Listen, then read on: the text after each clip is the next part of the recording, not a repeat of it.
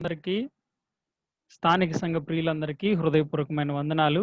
ప్రభువు అనుగ్రహించిన ఈ విశేషమైన అవకాశానికై, ప్రభువు అనుగ్రహించిన ఈ కృపకై వందనాలు చెల్లిస్తూ, ఈ దినకాలపు పౌలు ప్రయాణాల తరగతులకి చేరువచ్చిన మీ అందరిని బట్టి ప్రభువుని స్తుతిస్తూ, ఈ అవకాశాన్ని ఇచ్చిన ప్రభువుకి ఏర్పాటుని చేయడానికి ప్రయాసపడి సిద్ధం చేసిన మా స్థానిక సంఘ పెద్దలకి, పరిశుద్ధులందరికీ హృదయపూర్వకమైన వందనాలు. మనము మన తరగతిలోనికి ప్రవేశిద్దాం. ప్రియులరా, గత 6 తరగతుల్లో మనము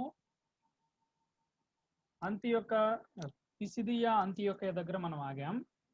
సో ప్రస్తుతం మనం పిసిదియా అంతియొక్క పరిచర్యని ఒకసారి వెనక్కి తిరిగి చూసి ముందుకు వెళ్దాం. సో పిసిదియా అంతియొక్క అనే ప్రాంతం గురించి మనం మాట్లాడేటప్పుడు గత తరగతిలో ఉన్నటువంటి కొన్ని పాఠాలని మనం జస్ట్ ఒకసారి ఓవర్వ్యూ చూసి ముందుకెళ్దాం. వారు పౌలు అలాగే బర్నబాలు ఆ సమాజ మందిరంలోకి వెళ్ళి వారికి ప్రకటిస్తూ ఉన్నప్పుడు వారు వారిని బ్రతిమిలాడిన మాటని మనం చూస్తా ఉన్నాం.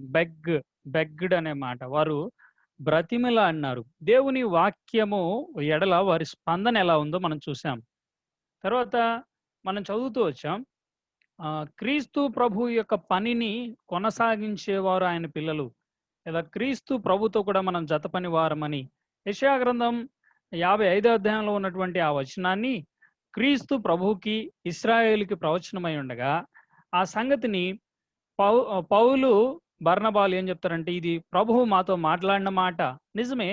నేడు మనము కూడా క్రీస్తుకు జత పని వారము, క్రీస్తు ప్రభు యొక్క పనిలో మనము కూడా పాలిభాగస్తులమని గుర్తించి ముందుకు సాగాల్సిన వారమై ఉన్నాం.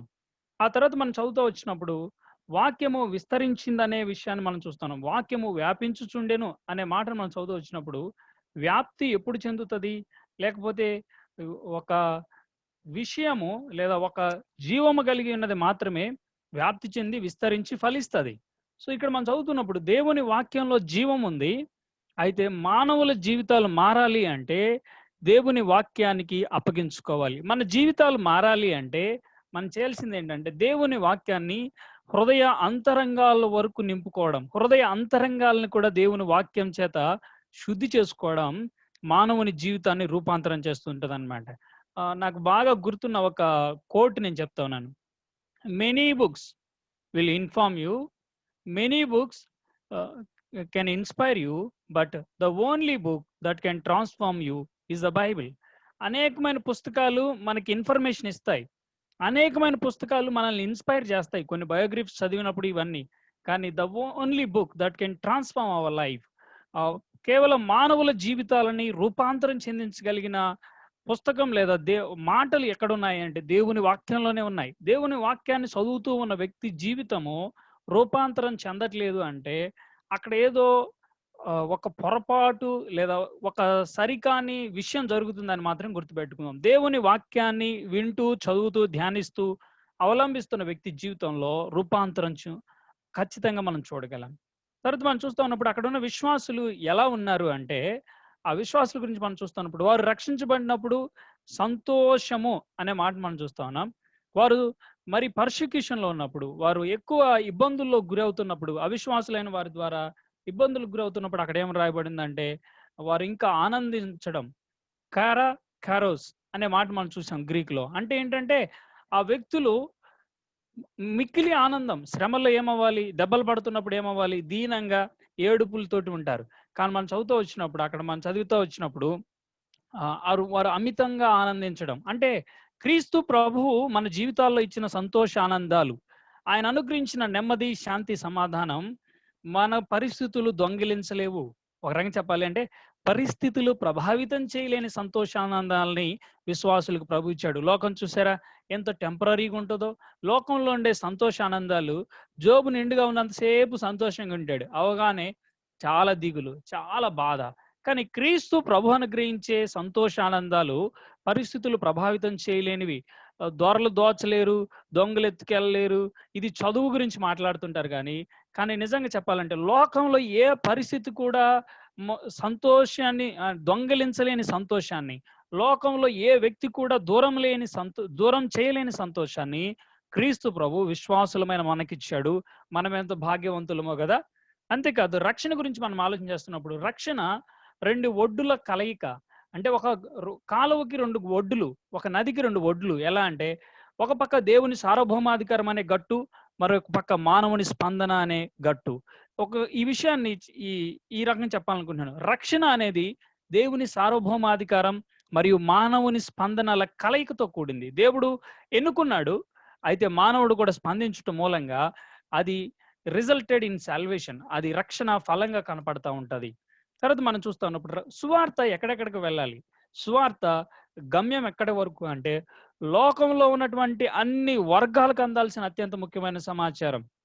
కోవిడ్ గురించి వీటన్నింటి గురించి మనం సమాచారం ఇస్తున్నాం.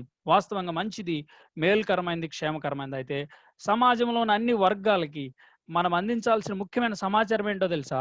సువార్త అని గుర్తిస్తా వచ్చాం. సో ఇవి పోయిన వారం మనం నేర్చుకున్న పాఠాలు. ఆ సిరియా అంతియోక నుంచి ప్రారంభమైన వాళ్ళ ప్రయాణంలో వాళ్ళు ఎక్కడికి వచ్చారంటే పిసిదియా అంత్యోకయకు వచ్చారు. పిసిదియా అంత్యోకయలో పరిచయని మనము గత 3 వారాలుగా ధ్యానం చేస్తా వచ్చాం.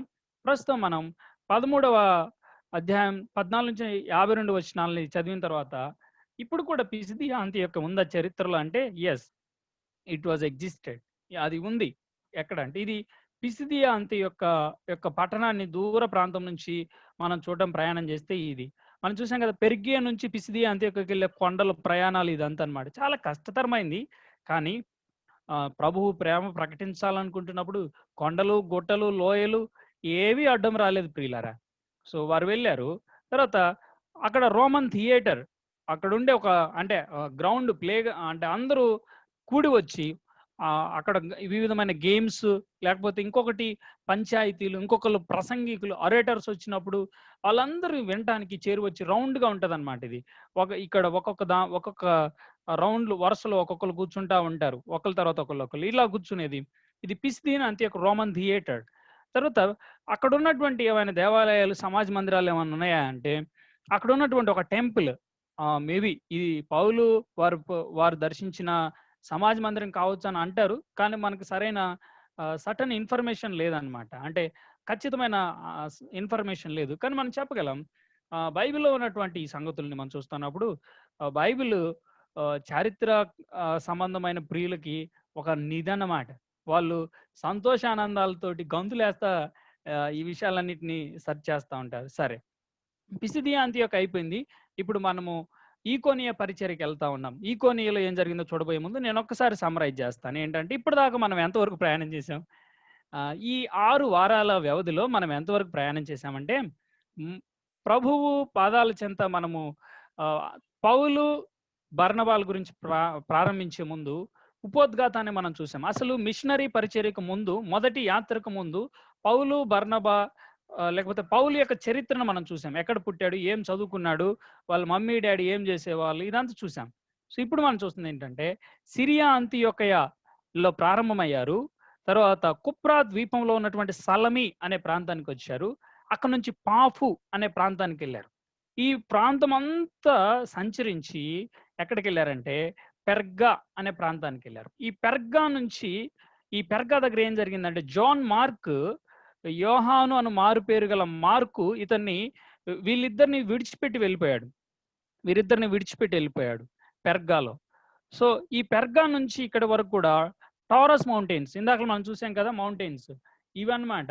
ఆషామాసి కాదు, చాలా దారుణమైన క్రిటికల్ కండిషన్స్ ఉంటాయి. ఎంతగానంటే టైఫాయిడ్, మలేరియా, మధ్యలో భయంకరమైనటువంటి రోగాలు, వ్యాధులు వస్తూ ఉండేవాయి. అందుకని గలతీ పత్రికలో పౌలు అంటాడు, నేను కొంత అనారోగ్య సమస్యలు ఎదుర్కొన్నాను, కొంత ఇబ్బందులు ఎదుర్కొన్నాను, రోగములతో బాధపడ్డాను, కానీ మీ వద్దకు వచ్చి మాత్రం స్వార్థ ప్రకటించాను. మీరు మమ్మల్ని ఎంత బాగా రిసీవ్ చేసుకున్నారు కదా, ఇప్పుడు ఎందుకు ఇలా అయిపోయారని చెప్పి తర్వాత మాట్లాడుతూ వస్తుంటాడు మొదటి 2 అధ్యాయాల్లో. సరే, పెర్గాకు వచ్చారు. పెర్గాలో జాన్ మార్క్ వాళ్ళని వదిలిపెట్టి వెళ్ళిపోయాడు. ఇప్పుడు పిసిదియా అంతియోకయకు వచ్చారు. గమనించండి, పిసిదియా అంతియోకయకు వచ్చారు. ఫ్రుగియా ప్రావిన్స్ లో ఉన్నటువంటి పిసిదియా అంతియోకయకు వచ్చారు. పిసిదియా అంతియోకయని ఇంతవరకు మనం ధ్యానం చేసాం. 13వ అధ్యాయం 16 నుంచి 52 వచనాలు మనం పిసిదియా అంతియోకయ గురించే ధ్యానం చేస్తా వచ్చామన్నమాట. సో ఇప్పుడు మనం ఏం చేయబోతా ఉన్నామంటే పిసిదియా అంతియోకయ నుంచి మనము ఈకోనీకి వెళ్తున్నాం. ఇప్పుడు మీకు అందరికి అర్థమవుతుంది కదా, మనం ఇప్పుడు ఫార్వర్డ్ మూవ్లో ఉన్నామన్నమాట. అంటే పిసిదియా అంతి యొక్క ప్రయాణాన్ని మనం చూసాం. ఈకోనియాకి వచ్చాం. జస్ట్ ఒక ఓవర్‌వ్యూ చెప్తున్నాను. ఈకోనియా నుంచి ఎక్కడికి వస్తారంటే లుస్త్రాకి వస్తారు. లుస్త్రా నుంచి దెర్బేకి, దెర్బే నుంచి మళ్ళీ లుస్త్రాకి వస్తారు. లుస్త్రా నుంచి ఈకోనియాకి వస్తారు. ఈకోనియా నుంచి పిసిదియా అంత్యోక్యకి వచ్చి అక్కడ నుంచి పెర్గేకి వస్తారు.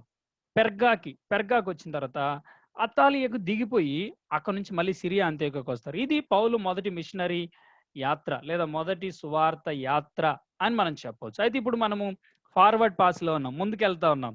ఇప్పుడు దాకా ఎంతవరకు ప్రయాణం చేసామంటే 6 వారాల్లో మనం పిసిదియా అంత్యోక్య వరకు వచ్చి అక్కడ నిలబడ్డాం. సో ఇప్పుడు మనం ఏం చేయబోతున్నాం అంటే ఈకోనియాకి వెళ్తున్నాం. మనందరం రెడీ అవుదామా? ఈకోనియాకి వెళ్తా ఉన్నాం. సో ఈకోనియాలో 14వ అధ్యాయం 1-6 వచనాలు ఈకోనియాలో జరిగిన పరిచర్య గురించి ఉంటుంది. మీరు బాగా ధ్యానం చేయాల్సిన సంగతులు ఇవన్నీ. ప్రియులారా గమనించండి, కొన్ని విశేషమైనటువంటి విషయాలు మనకి చాలా కాన్ఫ్లిక్ట్స్ ఉన్నాయి. వాటన్నిటిని చాలా జాగ్రత్తగా మనం ధ్యానం చేస్తా ఉన్నప్పుడు అర్థమయ్యే విషయాలు ఇక్కడ ఉన్నాయి. కాబట్టి మనందరం మనసు పెట్టి జాగ్రత్తగా ధ్యానం చేద్దాం. సో ఈకోనియాలో జరిగినదేమనగా, ఎందుకు ఈకోనియాకి వచ్చారు?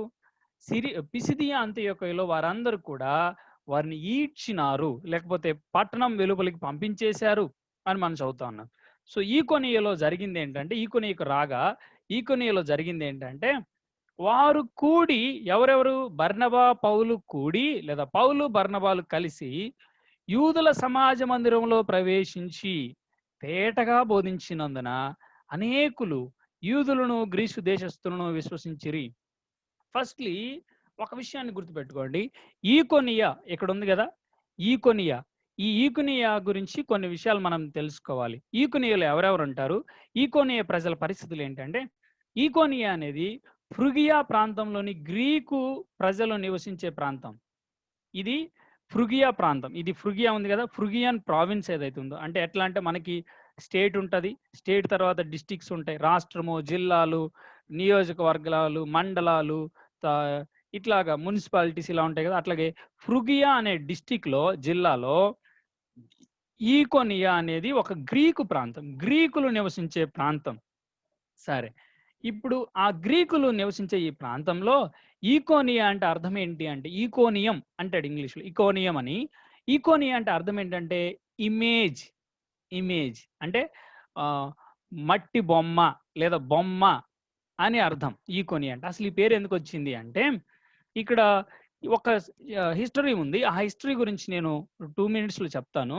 ఏంటంటే ఆ హిస్టరీ చూడాలంటే మనకి ఇక్కడ ఒక విషయాన్ని చూడాలి. వారు కూడి యూదుల సమాజ మందిరంలో ప్రవేశించి, అంటే యూదుల సమాజ మందిరం ఉంది, ఆ సమాజ మందిరంలో ప్రవేశించారు. ఆ ప్రవేశించిన వీరు తేటగా బోధించినందున అనేకులు యూదులను గ్రీసు దేశస్థులను విశ్వసించిరి. మీ బైబిల్లో మీరు కింద ఫుట్ నోట్లో చూస్తారు, హెలెనిస్ అని, హెలెనీయులు అంటారు. హెలెనీయులు అంటే ఎవరంటే, యూదులయ్యుండి గ్రీసు దేశస్థుల యొక్క కల్చర్ని, గ్రీసు దేశస్థుల యొక్క మతాచారాలని, గ్రీసు దేశస్థుల యొక్క భాషని, అలాగే వారి యొక్క వివిధమైన ఆచారాలని అవలంబించే యూదులని హెలెనిస్ అంటారు. హెలెనిస్ అంటారనమాట. సో ఇక్కడ మనం ఆలోచన చేస్తా ఉన్నప్పుడు యూదులు అట్లాగే హెలెనీయులు, వీళ్ళ గురించి మనం చూస్తూ ఉన్నప్పుడు హెలెనీయులు హెలెనైజేషన్ అంటారు. హెలెనైజేషన్ అంటే ఏంటంటే, యూదుడైన ఈ వ్యక్తి అన్య మతాన్ని, అన్య సాంప్రదాయాలని యూదుడుగా ఉంటూనే ఆచరించడాన్ని హెలెనైజేషన్ అంటారు, లేదా హెలెనీకరణ, హెలెనీయుడు అంటారనమాట. సో యూదులయ్యుండి ఆ గ్రీసు దేశస్థుల యొక్క, లేకపోతే ఆ రాజుగా ఎవరైతే అధికారంలో ఉంటారో వాళ్ళ సాంప్రదాయాలను అవలంబించే వ్యక్తులని ఏమంటారు అంటే హెలెనిస్ అంటారు. అసలు ఎందుకు హెలెనీయులు ఎక్కువగా ఉన్నారు ఇక్కడ? ఎందుకు గ్రీసు దేశస్థులుగా, లేదా గ్రీసు వారి యొక్క సంస్కృతిని అంగీకరించేవారు ఈకోనియాలో ఉన్నారు అంటే, ఈకోనియా అంటే అర్థం ఏంటంటే ఇమేజ్. ఇక్కడ ఏం జరిగింది అంటే, ఈకోనియాకు ఉన్నటువంటి ఒక ప్రశస్తమైన, ఈకోనియం అని పేరు రావడానికి కారణం ఏంటంటే, ప్రోతిమస్ అండ్ ఎథీనా అనే ఇద్దరు గ్రీకు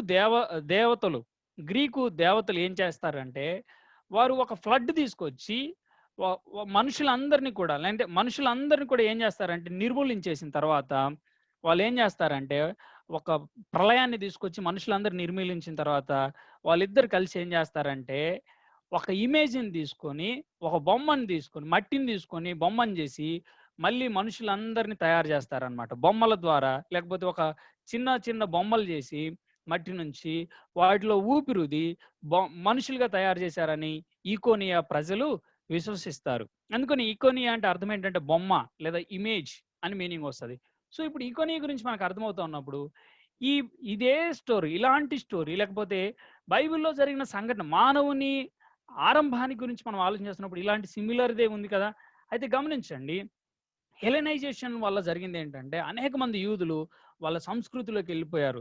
వాళ్ళ యొక్క విషయాలని కలుపుకోవడం స్టార్ట్ చేశారు. గ్రీకు మైథాలజీని, గ్రీకు వారి యొక్క సంస్కృతిని దేవుని లేఖనాలకు మిళితం చేసి వెంబడించడం స్టార్ట్ చేయడం వల్ల ఇక్కడ హెలెనిస్టులు ఎక్కువ కనపడుతుంటారు. హెలెనీయులు అని మనం చదువుతూ ఉంటాం. సో, ఇది అక్కడ ఉన్నటువంటి ఒక ముఖ్యమైన విషయం.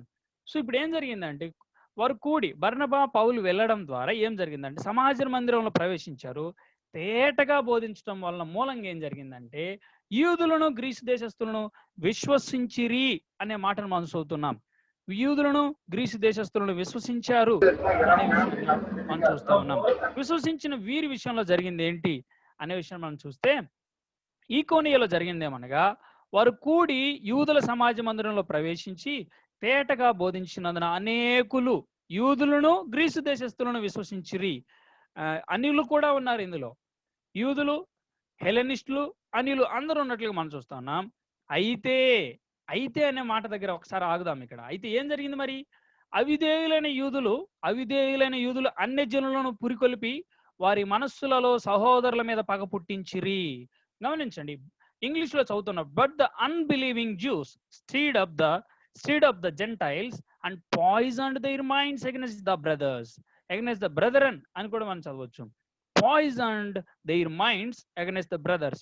విశ్వసించిన వీరందరినీ యూదులు వచ్చి ఏం చేశారంటే, అవిధేయులైన యూదులు వాక్య సత్యాన్ని అంగీకరించిన యూదులు ఏం చేశారు అంటే పురికొలిపి వింటున్న వారి మనస్సులలో సహోదరుల మీద పగ పుట్టించిరి అని చదువుతున్నాం కదా.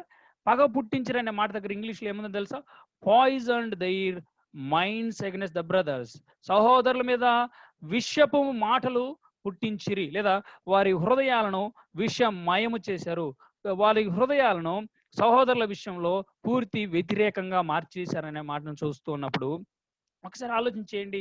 ఏం చేస్తున్నారు అసలు యూదులు? అసలు యూదుల్ని దేవుడు ఎందుకు ఎన్నుకున్నాడో పోయిన తరగతిలో మనం చూసాం. ఎవరైనా తరగతులు మిస్ అయిన వాళ్ళు ఉంటే word to the world creations లేదా Bethel Krishna assembly, Indiranagar, Vinukonda YouTube ఛానల్స్లో రెండిట్లో కూడా ఈ వీడియోస్ ఉంటాయి. మీరు చక్కగా విని ఆ క్లాసెస్ ఇంకా బాగా అర్థం చేసుకోవడానికి సహాయపడుతుంది అన్నమాట ఈ తరగతిని. సో ఏం చేయాలి అసలు? యూదుల ద్వారా ఏం చేయాలనుకున్నాడంటే అన్ని జనులకు వెలుగుగా చేయాలనుకున్నాడు. అన్ని జనులని నడిపించాలి.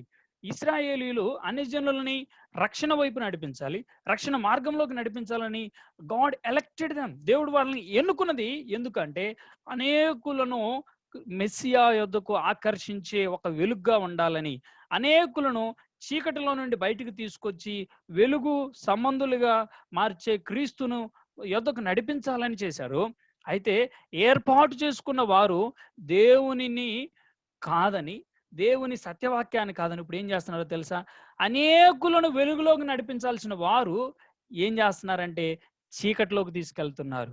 అనేకులను దేవుని స్నేహితులుగా మార్చాల్సిన వారు, దేవుని స్నేహితుని సంతానమైన వారు, అనేకులను దేవునికి స్నేహితులుగా మార్చాల్సిన వారు కడకు ఏం చేస్తా ఉన్నారంటే దేవునికి విరోధులుగా మరులుస్తా ఉన్నారు.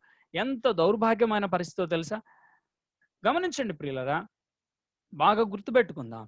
దేవుడు ఏర్పాటు చేసుకున్నాడు. God elected us with a great purpose. దేవుడు గొప్ప ఉద్దేశంతో నన్ను ఈ భూమి పునాదులు వేయక ముందే నన్ను ఎన్నుకున్నాడు. మంచిది. అయితే గమనించండి, are we walking worthy of our calling? మనలను ఎన్నుకున్న ఆ గొప్ప ఉద్దేశం ప్రకారం మనం బ్రతుకుతున్నామా? ఇక్కడ యూదులను చూస్తా ఉన్నప్పుడు స్నేహితులుగా మార్చాల్సిన వారు వెలుగులోనికి తీసుకురావాల్సిన వారు అనేకులను చీకటిలోనికి తీసుకెళ్తున్నారు. అనేకులను దేవునికి శత్రువులుగా మలుస్తున్నారు. టునైట్, ఈ రాత్రి నన్ను ఏర్పరచుకున్న ప్రభు యొక్క అత్యున్నతమైన ఉద్దేశాలను నెరవేర్చుచూ సాగుదామా? లేకుండా దేవునికి వ్యతిరేకంగా ఏర్పాటు చేసుకున్న గొప్ప ప్రభువు పిలుపును కాదని, పిలుపుకు తగిన జీవితాన్ని జీవించకుండా బ్రతుకుతున్నట్లయితే యూదులను చూస్తా ఉన్నప్పుడు ఎంత దారుణమైన స్థితిలోకి వెళ్ళిపోయారో. నిన్ను ప్రభు ఏర్పాటు చేసుకున్నాడు, మంచిది. ఏర్పాటు చేసుకున్న మనము అందుకు తగినట్లుగా బ్రతకాలని ప్రభుపక్షంగా మనవి చేస్తున్నాం.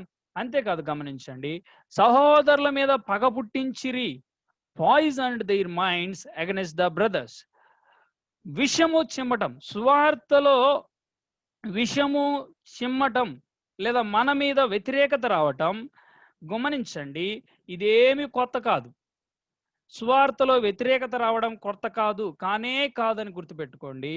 ఇంకొక విషయం ఏంటంటే, అక్కడ చదవండి, బ్రదర్స్ సహోదరుల మీద అనే మాటను చదువుతున్నప్పుడు మనందరం సహోదరులం.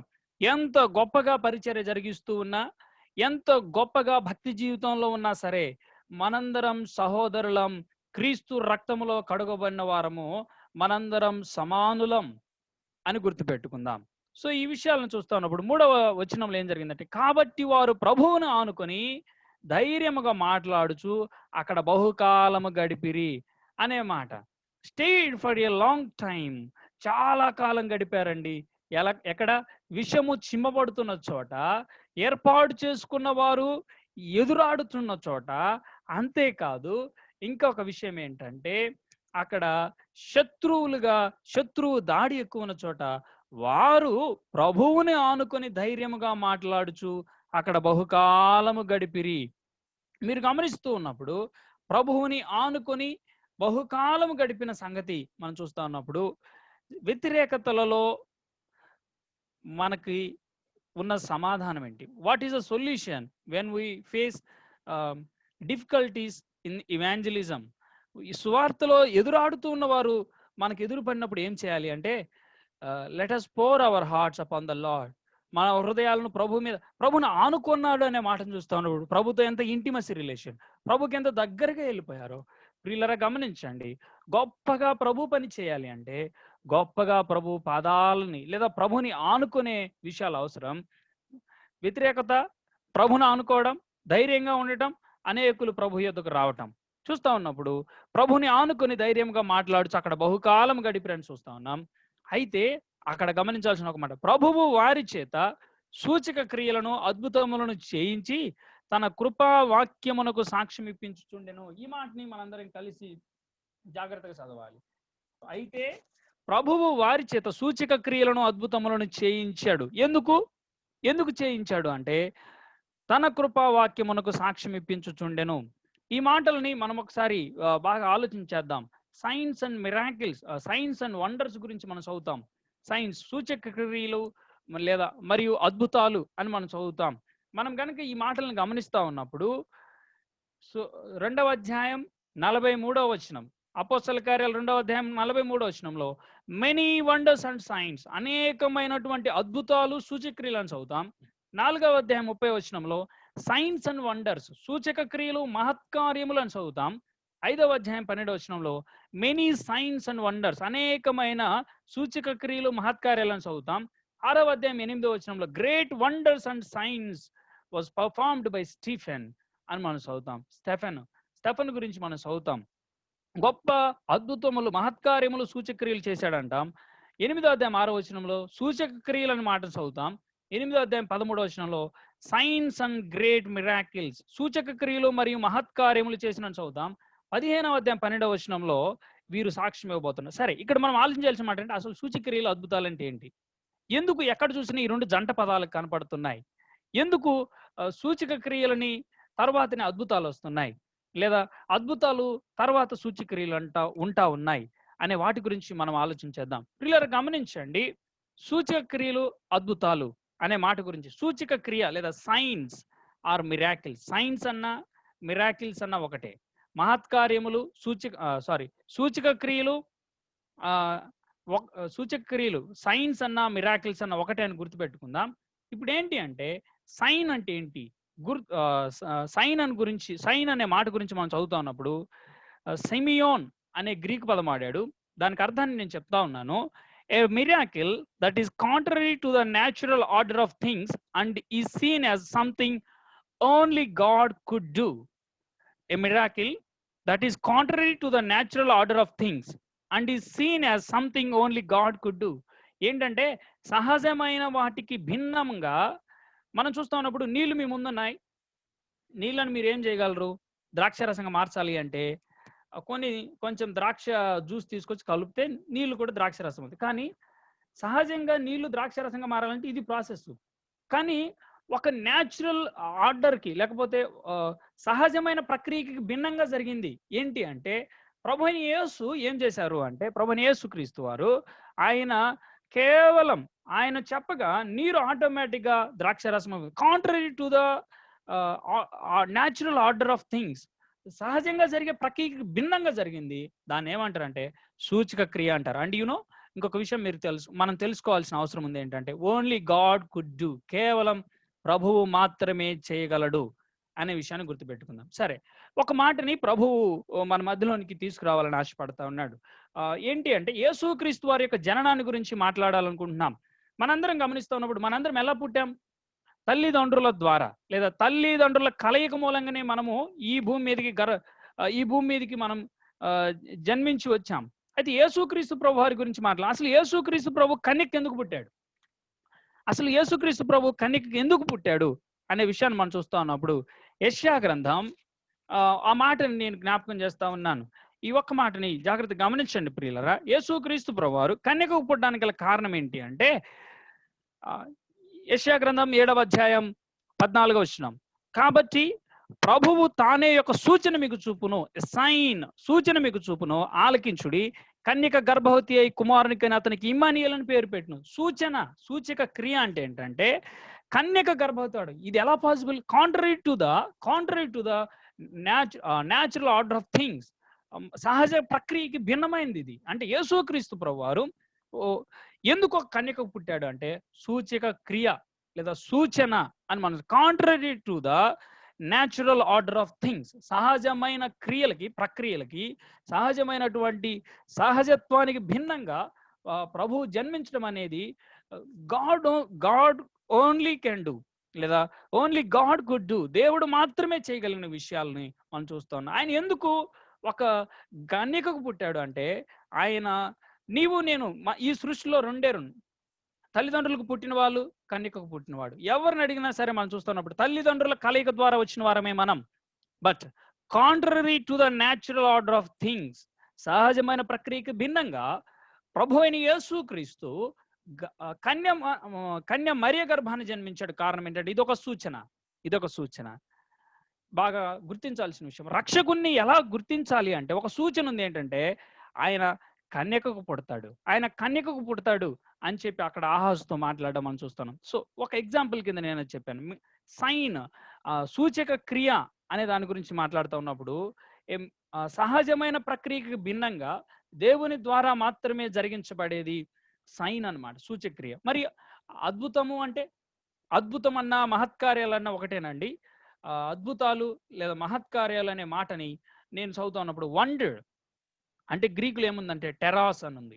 గ్రీకులో టెరాస్ అని ఉంది. టెరాస్ అంటే ఏంటంటే మనం టెర్రర్ అనే మాట్లాడుతుంటాం కదా, భయపడిపోయామండి, విభ్రాంతి నొందామండి, ఆశ్చర్యపోయామండి, అసలు ఇలాంటిది మేము ఎప్పుడు చూడలేదండి అని ఎక్స్ప్రెషన్స్ చెప్తా ఉంటాం కదా, అదనమాట. సో గ్రీకులో ఏముందంటే something very remarkable but the word can be used with non religious meanings.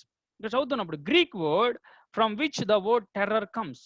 Terror భీకరమైన భయోత్పాతము, విభ్రాంతి కలిగించటము అనే మాటలకి సంబంధించిన పదం అన్నమాట. It denotes the unusual that causes to beholder to marvel. అద్భుతం అంటే ఆశ్చర్యపోయి చూస్తూ ఉంటాం, విస్తుపోయి చూస్తూ ఉంటాం. అలాంటి వాటిని అద్భుతాలు అంటారనమాట. అద్భుతాలు లేదా మహత్కార్యాలు అంటే జనాలు విభ్రాంతికి గురవుతారు. కానీ సూచక్రియలు చూస్తూ ఉన్నప్పుడు యునిక్ అన్నమాట. Contrary to the natural order of things అనేది మనం చూస్తా ఉన్నాం. అంటే సహజమైన ప్రక్రియకి భిన్నంగా జరుగుతుంది. ప్రభువైన యేసుక్రీస్తు వారు చేసిన నీటిని ద్రాక్షరసంగా మార్చడమే కావచ్చు, ఇంకా అనేకమైన సూచక్రియలు కావచ్చు, ఇవన్నీ కూడా ప్రభు చేశాడు. ఇదంతా మనం చూస్తాం. అద్భుతాల గురించి కూడా మనం చూసాం. సరే, అసలు ఎందుకు ఇక్కడ అద్భుతాలు చేపించాడు? అసలు పౌలు ఇక్కడ ఏ ప్రాంతంలో ఉన్నాడో తెలుసా?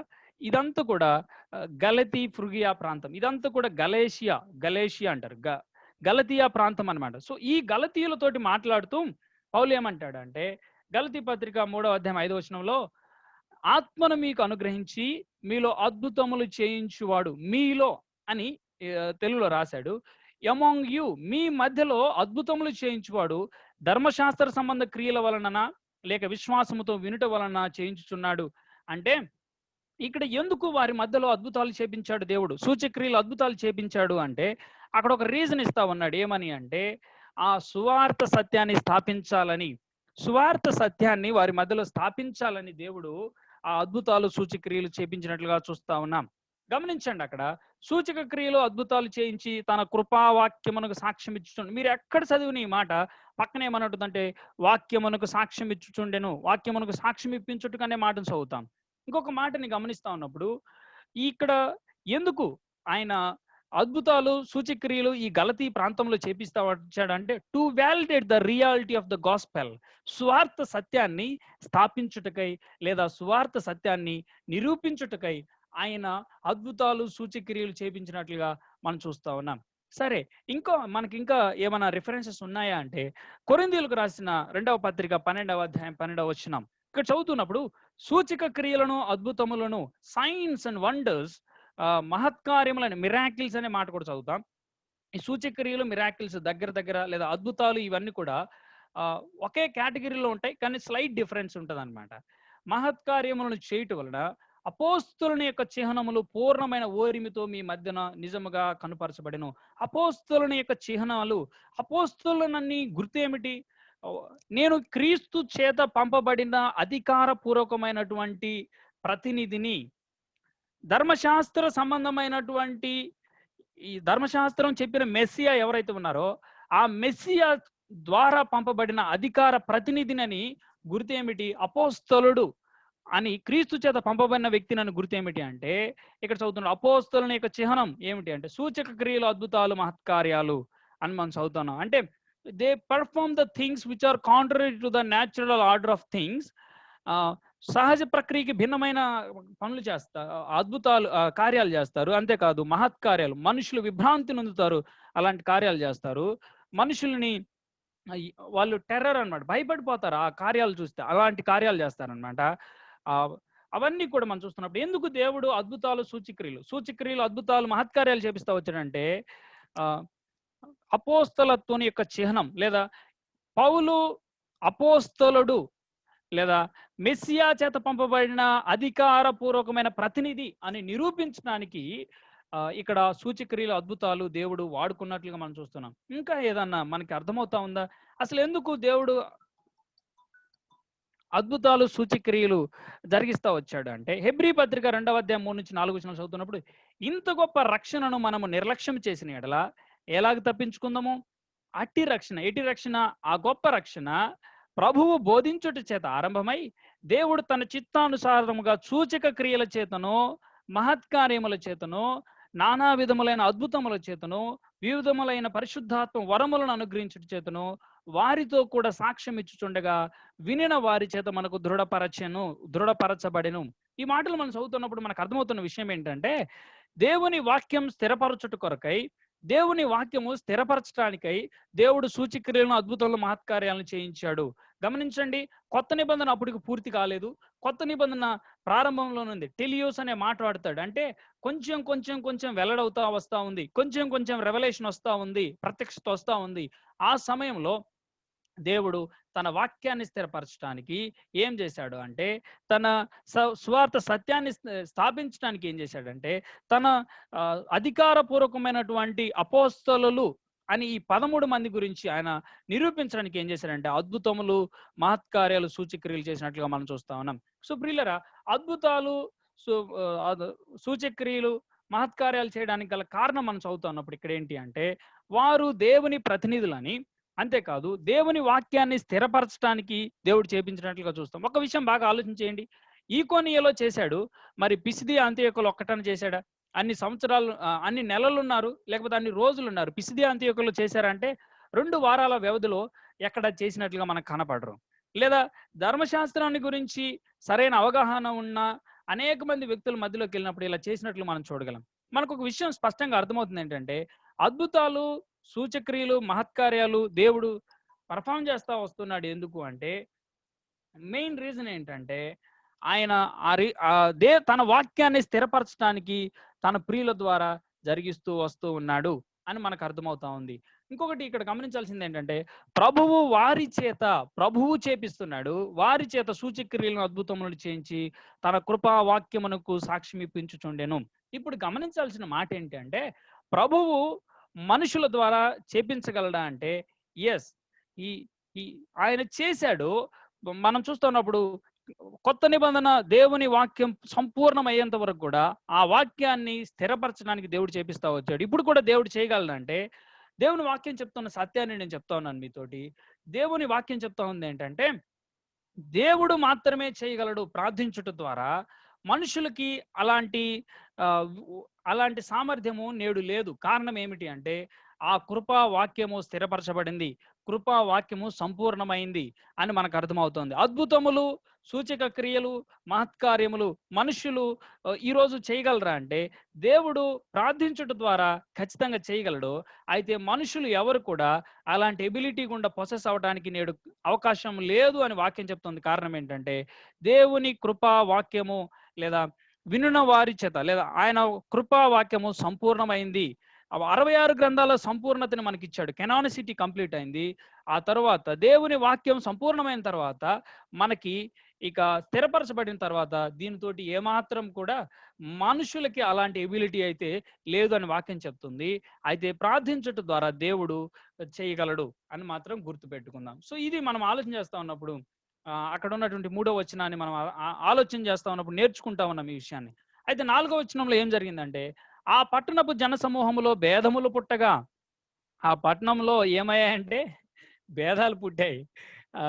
ఎవరెవరు 2 భాగాలుగా చీలిపోయారు. పట్టణం అంతా కలిసి 2 భాగాలుగా చీలిపోయారు. ఏంటంటే కొందరు యూదుల పక్షంగా, కొందరు అపోస్తలుల పక్షంగా. గమనించండి, అపోస్తలుల పక్షంగా. ఇప్పుడు ఏంటంటే ఎవరు పౌలు, బర్నబా. అంటే బర్నబా కూడా ఎవరు? ఒక అపోస్తలుడు అనే విషయం మనకు అర్థమవుతుంది. అలాంటి అపోస్తలుల గురించి చాలా చోట్ల ఉంది ప్రియులరా. గమనించండి, అపోస్తలులైన పౌలు, బర్నబా అని మనం చూస్తాం. రోమాపత్రిక 16వ అధ్యాయం 7వ వచనం చదువుతున్నప్పుడు అంద్రోనీకు, యూనియా అనే ఇద్దరు, ఆండ్రోనికస్ అండ్ జూనియా అనే ఇద్దరు వ్యక్తుల్ని మనం చూస్తాం. వారు కూడా అపోస్తలులు అని చెప్తాడు. తర్వాత కొరింథీయులకు రాసిన 2వ పత్రిక 8వ అధ్యాయం 23వ వచనంలో మెసెంజర్స్ ఆఫ్ ద చర్చెస్ అని చెప్తాడు తీతును గురించి. తర్వాత ఫిలిప్పీలకు రాసిన 2వ పత్రిక ఫిలిప్పీలకు రాసిన పత్రిక 2వ అధ్యాయం 25వ వచనంలో ఎపఫ్రోదితు గురించి చెప్తాడు. He is an authenticated representative from our side, from apostles side అంటాడు. ఆ అపోస్తలుల పక్షముగా వచ్చిన ఒక ప్రతినిధి అని ఎపఫ్రోదితు గురించి చెప్తుంటాడు. ఇక్కడ అపోస్తలులు, ఈ సూచక్రియలు, అద్భుతాలు, మహత్కార్యాలు చేసే అపోస్తలులు ఒక కేటగిరీలో ఉన్నారు, 13 మంది. ఓన్లీ 13 విత్ ద అఫీషియల్ అపోజల్షిప్ గురించి మనం చూస్తాము, మత్తీని కూడా కలుపుకొని. కానీ వీరందరూ, ఈ బర్నబా కానీ, అంద్రోనీకు, యూనియా కానీ, తీతు కానీ, తిమోతి కానీ, ఎపఫ్రోదితు కానీ, వీళ్ళందరి గురించి చదువుతున్నప్పుడు మనకు అర్థమయ్యే విషయం ఏంటంటే they are the messengers of the churches. సంఘము ద్వారా పంపబడిన వారు. అంటే ఇది నాన్ టెక్నికల్ సెన్స్ లో చెప్తా వస్తున్నాడు. అంటే ప్రభువు చేత పంపబడిన వారిగా 13 మంది ప్రభువు చేత అధికారం పొందిన వారిగా ఉన్నారు. వారు సూచక్రియలు, అద్భుతాలు వీటన్నిటిని పర్ఫామ్ చేస్తున్నారు. అయితే మిగిలిన కొంతమంది ఉన్నారు, అపోస్తలులని పిలువబడుతున్నారు, కానీ వాళ్ళు సంఘము చేత, మెసెంజర్స్ ఆఫ్ ద చర్చెస్ అని కొరింథీయులకు రాసిన 2వ పత్రిక 8వ అధ్యాయం 23వ వచనం, లేదా సంఘము ద్వారా పంపబడిన వారు అనే విషయాన్ని మనం చూస్తా వచ్చాం.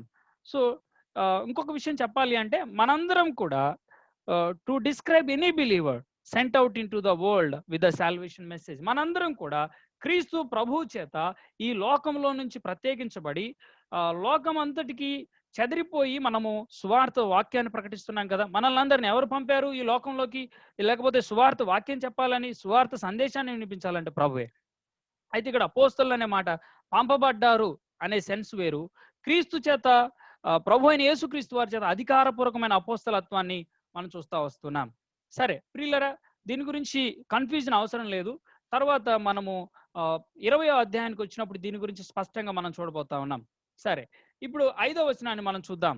మరియు అన్ని జనులను, యూదులను తమ అధికారులతో కలిసి వారి మీద పడి వారిని అవమానపరిచి రాళ్ళు రువి చంపవలనని ఉండిరి అనే మాటని ఒకసారి అక్కడ చూడండి.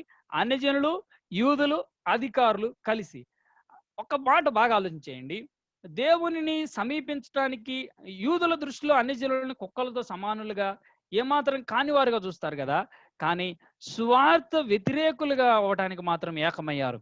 అన్ని జనులని కుక్కలతో సమానంగా చూసే యూదులు ఇప్పుడు అన్ని జనులతో ఏకమయ్యి అధికారులతో కలిశారు. దేని కొరకు అంటే దేవుని మహిమ కొరకు కాదు కానీ, దేవుణ్ణి సమీపించడానికి కాదు కానీ, దేవుణ్ణి వర్షిప్ లేదా ఆయన్ను ఆశ్రయించడానికి కాదు కానీ, ఆయన సందేశాన్ని, ఆయన మాటలను త్రోసివేయటానికి ఏకమైపోయారు. మొదట ఏకమయ్యారు, తర్వాత వారి మీద పడి వారిని అవమానపరిచి రాళ్ళు రువ్వి చంపాలని తలంచుచున్నారు. బాగా ఆలోచించండి ఈ మాటలు. వారి మీద పడి వారిని అవమానపరిచి రాళ్ళు రువ్వి చంపాలని. ఈ మాటలు నేను చదువుతా ఉన్నప్పుడు వాళ్ళ ప్లాన్ చూస్తా ఉన్నప్పుడు మేబీ స్టెఫన్ను చంపడానికి పౌలు ఇలాంటి ప్లాన్ వేసి ఉంటాడేమో. వారి మీద పడి స్టెఫన్ మీద పడ్డారు, అవమానపరిచారు, తర్వాత రాళ్ళు రువి చంపేశారు. గమనిస్తా ఉన్నప్పుడు ఇంత పెద్ద ప్లాన్ వాళ్ళు అధికారులతో కలిసి చేశారు అంటే వాళ్ళు చాలా దారుణంగా, అంటే ఒకవేళ ఇది చూస్తా ఉన్నప్పుడు స్టెఫన్ను చంపడానికి కూడా ఇలాంటి ప్లాన్ చేసి ఉంటారేమో. సరే, 6వ వచనాన్ని నేను చదువుతున్నప్పుడు వారు సంగతి తెలుసుకొని, ఏ సంగతి తెలుసుకున్నారు? చంపాలనే సంగతి తెలుసుకొని లుకయోనియాలోని పట్టణములకు లుస్త్రకును దెర్బేకును చుట్టుపక్కల ఉన్న ప్రదేశమునకు పారిపోయి అక్కడ సువార్త ప్రకటించుచూ నుండిరి అనే మాటను మనం చదువుతున్నాం. వారు ఆ సంగతి తెలుసుకొని ఏం చేశారు? లుకయోనియలోని పట్టణములకు లుస్త్రకును దెర్బేకును చుట్టుపక్కలనున్న ప్రదేశమునకు పారిపోయి అక్కడ సువార్త ప్రకటించుచుండిరి అనే మాటను మనం చూస్తా ఉన్నాం. గమనించండి, ఒక వివేకము కలిగిన దేవుని పిల్లల యొక్క లక్షణం ఏమిటి అంటే, ఎక్కడైతే దేవుని మహిమ కోసం నిలబడాలని దేవుడు కోరుకుంటాడో అక్కడ నిలబడతారు. ఎక్కడైతే దేవుణ్ణి వెళ్ళు అన్నప్పుడు వెళ్ళిపోతారు అనమాట. నేను ఈ రకంగా రాసుకున్నాను, ఒక భక్తుడు ఈ రకంగా రాశాడు. It is a wise preacher who always knows when to stand his ground and when to live for the glory of God.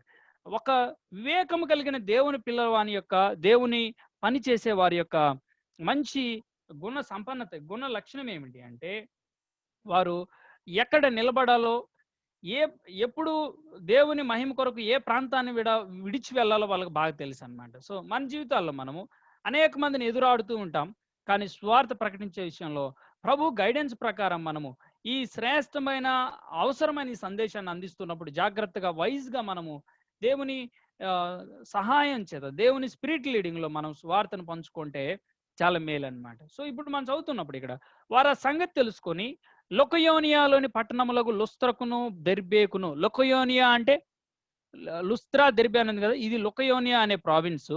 ఆ ప్రావిన్స్ లుస్త్రా దెర్బే అనే ప్రాంతాలు ఉన్నాయి. లుస్త్రా దెర్బే అనే ప్రాంతాలు. ఈ లుస్త్రా దెర్బేకు చుట్టుపక్కలనున్న ప్రదేశమునకు పారిపోయి, ఫ్లెడ్, పారిపోయారు. పారిపోయి ఏం చేశారు అంటే ప్రాణాలు కాపాడుకొనిరి అని రాయలేదు అక్కడ. పారిపోయి ప్రాణాలు కాపాడుకొనిరి అని రాయలేదు, కానీ పారిపోయి అక్కడ సువార్త ప్రకటించుచుండిరి. గమనించండి ప్రియులరా, అవమానాలు, రాళ్ళు, చావు సువార్తకు ఆటంకాలు కానే కాదు. సువార్తను ఆపలేవు. అవమానాలు కాచుకొని ఉన్నాయి, వాటిని చూసి అదురుపోలేదు. రాళ్ళున్నాయి, వాటిని చూసి ప్రాణాలు కాపాడుకోవాలని పరిగెత్తలేదు. లేకపోతే ఆటంకాలు ఉన్నాయి కాబట్టి ఆపేద్దామని నిశ్చయించుకోలేదు. అక్కడ సువార్త ప్రకటించుచుండిరి. అక్కడికి వెళ్ళి ప్రాణాలు కాపాడుకొని అని రాయలేదు, కానీ అక్కడికి వెళ్ళి సువార్త ప్రకటించుచుండిరి. గురి ఎందే ఉండటం, గురిని గుర్తించి కడ ఊపిరి దాకా దాని నిలబడటం, వీళ్ళని చూస్తే మనకు అర్థమవుతుంది కదా. ప్రియులరా గమనిద్దాం, దేవుని సువార్త ప్రకటనలో మనము ప్రాంతాలు మారినా సరే ప్రభువు ప్రకటనలో వెనకడుగేయకుండా ముందుకుందాం. ప్రాంతాలు మారిపోయాయి, భక్తి జీవితం లేకపోతే సువార్త ప్రకటన మారిపోతా ఉంది అంటే మనం జాగ్రత్త పడాల్సిన వారమై ఉన్నాం. మనము ప్రభువు సువార్త విషయంలో, ప్రభువు యొక్క పని విషయంలో ఏమాత్రం రాజీ పడని వారిగా ముందుకు సాగుదాం. ఆ తర్వాత మనము ఇంకొక విషయాన్ని చూడబోతా ఉన్నాం. ఇక్కడ మనం చదువుతున్నప్పుడు ఇక్కడ 7-8 వచనాల్లో మనం చదవబోతా ఉన్నాం. ఈ 7-8 వచనాలు మనం చదువుతా ఉన్నప్పుడు 7-8 వచనాల్లో ఎక్కడికి వెళ్ళిపోయారు అంటే, వారా సంగతి తెలుసుకొని లుకయోనియాలోని పట్టణములకు లుస్త్రకును దెర్బేకును చుట్టుపక్కల ఉన్న ప్రదేశమునకు పారిపోయి అక్కడ స్వార్థ ప్రకటించుంటారు. ఎక్కడికి వెళ్ళిపోయారు? ఇకోనియాలో ఇలా చేశారు. సో వాళ్ళు ఎక్కడికి వచ్చారంటే లుస్త్రలోకి వచ్చారు. లుస్త్ర ఎంత దూరమో తెలుసా? 20 మైళ్ళ దూరం. ఇకోనియా నుంచి 20 మైళ్ళ దూరం. తర్వాత ఇంకొక విషయం ఏంటంటే ఒక రోజు ప్రయాణం. ముఖ్యంగా నార్మల్గా రోమీలు లేదా వాళ్ళ గ్రీక్ అక్కడున్న కల్చర్లో చూస్తున్నప్పుడు ఒక రోజు ప్రయాణం ఎంత అంటే 20 మైళ్ళు అనమాట. సో ఒక రోజు ప్రయాణం ఇకోనియా నుంచి లుస్త్రాకి వచ్చారు. లుస్త్రలో పరిచర్ని 7 నుంచి 19 వచనాల్లో మనం చూడగలం. సో లుస్త్రలో పరిచర్యను మనం చూస్తా ఉన్నప్పుడు లుస్త్రలో ఏం జరిగింది? లుస్త్రలో బలహీన పాదములు గల ఒకడు ఉండెను. ఈ సంఘటనలన్నింటినీ 3 భాగాలుగా మనం విభజించవచ్చు. ఒకటి ఏంటంటే పుట్టినది మొదలుకొని కుంటివాడైన ఒకని స్వస్థత 7 నుంచి 11 వచనాల్లో మనం చూస్తాం. తర్వాత 12 నుంచి 13 వచనాల్లో ప్రజల అత్యుత్సాహాన్ని మనం చూస్తాం. 14 నుంచి 19 వచనాల్లో అపోస్తలుల స్పందన ఎలా ఉంది వారి అత్యుత్సాహానికి. జీవము గల దేవుని వైపు తిరగాలనే స్వార్థ ప్రకటన మనం చూస్తా ఉన్నాం. అయితే శత్రువు దాడిని కూడా మనం అక్కడ చూస్తా ఉన్నాం. గమనించండి ప్రియులరా, ఇక్కడ బలహీన పాదములు గల ఆ వ్యక్తి గురించి మనం చూస్తాం. తర్వాత ఆ ప్రజల స్పందన ఎలా ఉంది దానికి అని చూస్తాం. ఆ తర్వాత అపోస్తలుల స్పందనను మనం చూస్తాం. ఒకసారి నేను చదువుతున్నాను. 7 నుంచి 11 వచనాలు మనం చదువుతా ఉన్నప్పుడు బలహీన పాదములు గలవాడు ఎప్పటి నుంచి? పుట్టినది మొదలుకొని crippled in his feet from birth onwards లేదా ఫ్రమ్ బర్త్ ఇట్ సెల్ఫ్. పుట్టినది మొదలుకొని. అయితే ఎప్పుడన్నా నడిచాడా అంటే ఎన్నడూనూ నడవలేక కూర్చుండి ఉండేవాడు. ఎప్పుడూ నడవలేదు, కూర్చుండి ఉండేవాడు అని మనం చదువుతున్నాం.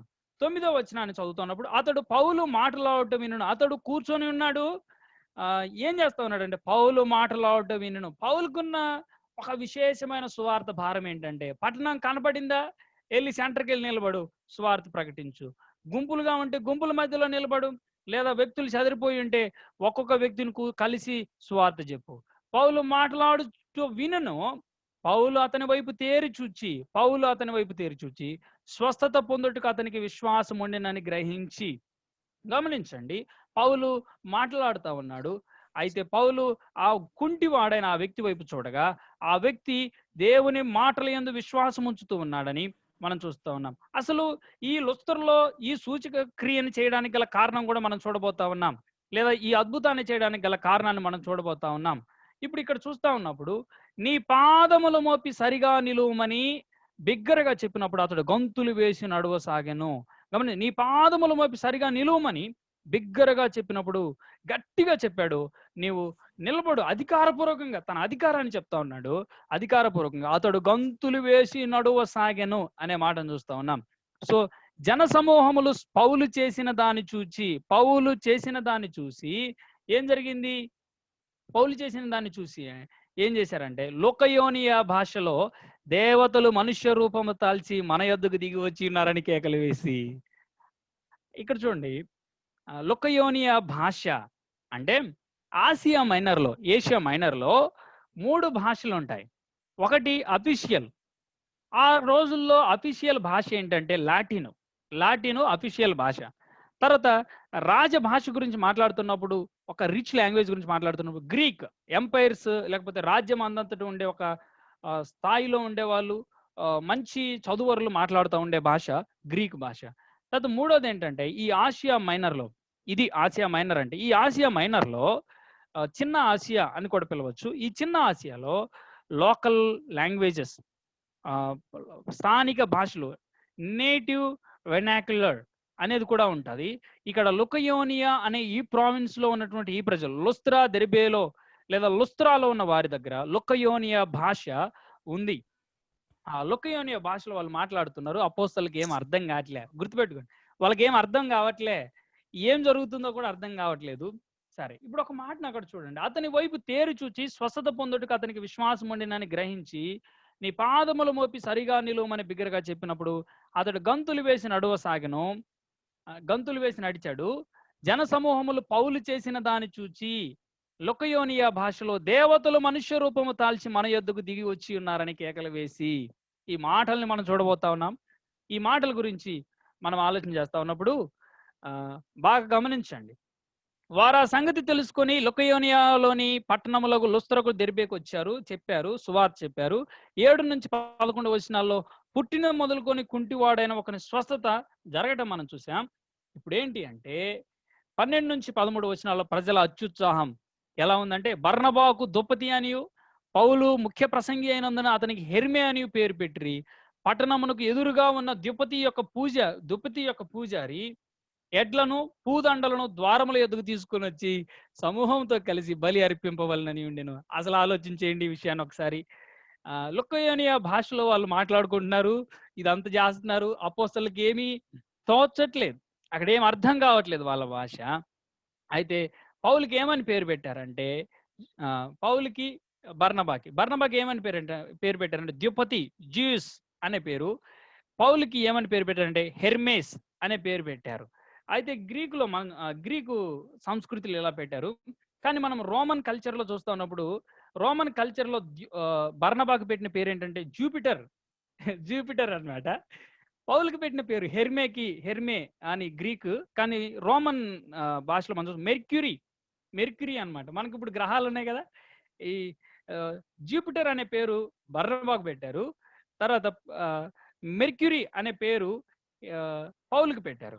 అసలు జరిగిన విషయం ఏంటంటే, ఇక్కడ అంతకు ముందు జరిగిన విషయం ఎందుకు వీళ్ళు దేవతలు మనుష్య రూపము తాల్చి మన యొద్దకు దిగి వచ్చి ఉన్నారని కేకలు వేసి, అంటే ఇక్కడ జరిగిన ఈ విషయాన్ని కొంతమంది చరిత్రకారులు రాశారు. ఏమిటంటే, బిఫోర్ దట్ వీళ్ళు విజిట్ చేయడానికి ముందు, లేకపోతే వీళ్ళు ఇలా రావడానికి ముందు వాళ్ళందరూ కూడా వాళ్ళ మధ్యలో ఒక కథ, ఒక విషయం బాగా పాపులర్ అయింది. ఒక స్టోరీ బాగా పాపులర్ అయిందంటే, visiting Jesus and Hermes visiting an aged Lystrian couple named Philemon and Baucis who were abundantly rewarded for their hospitality.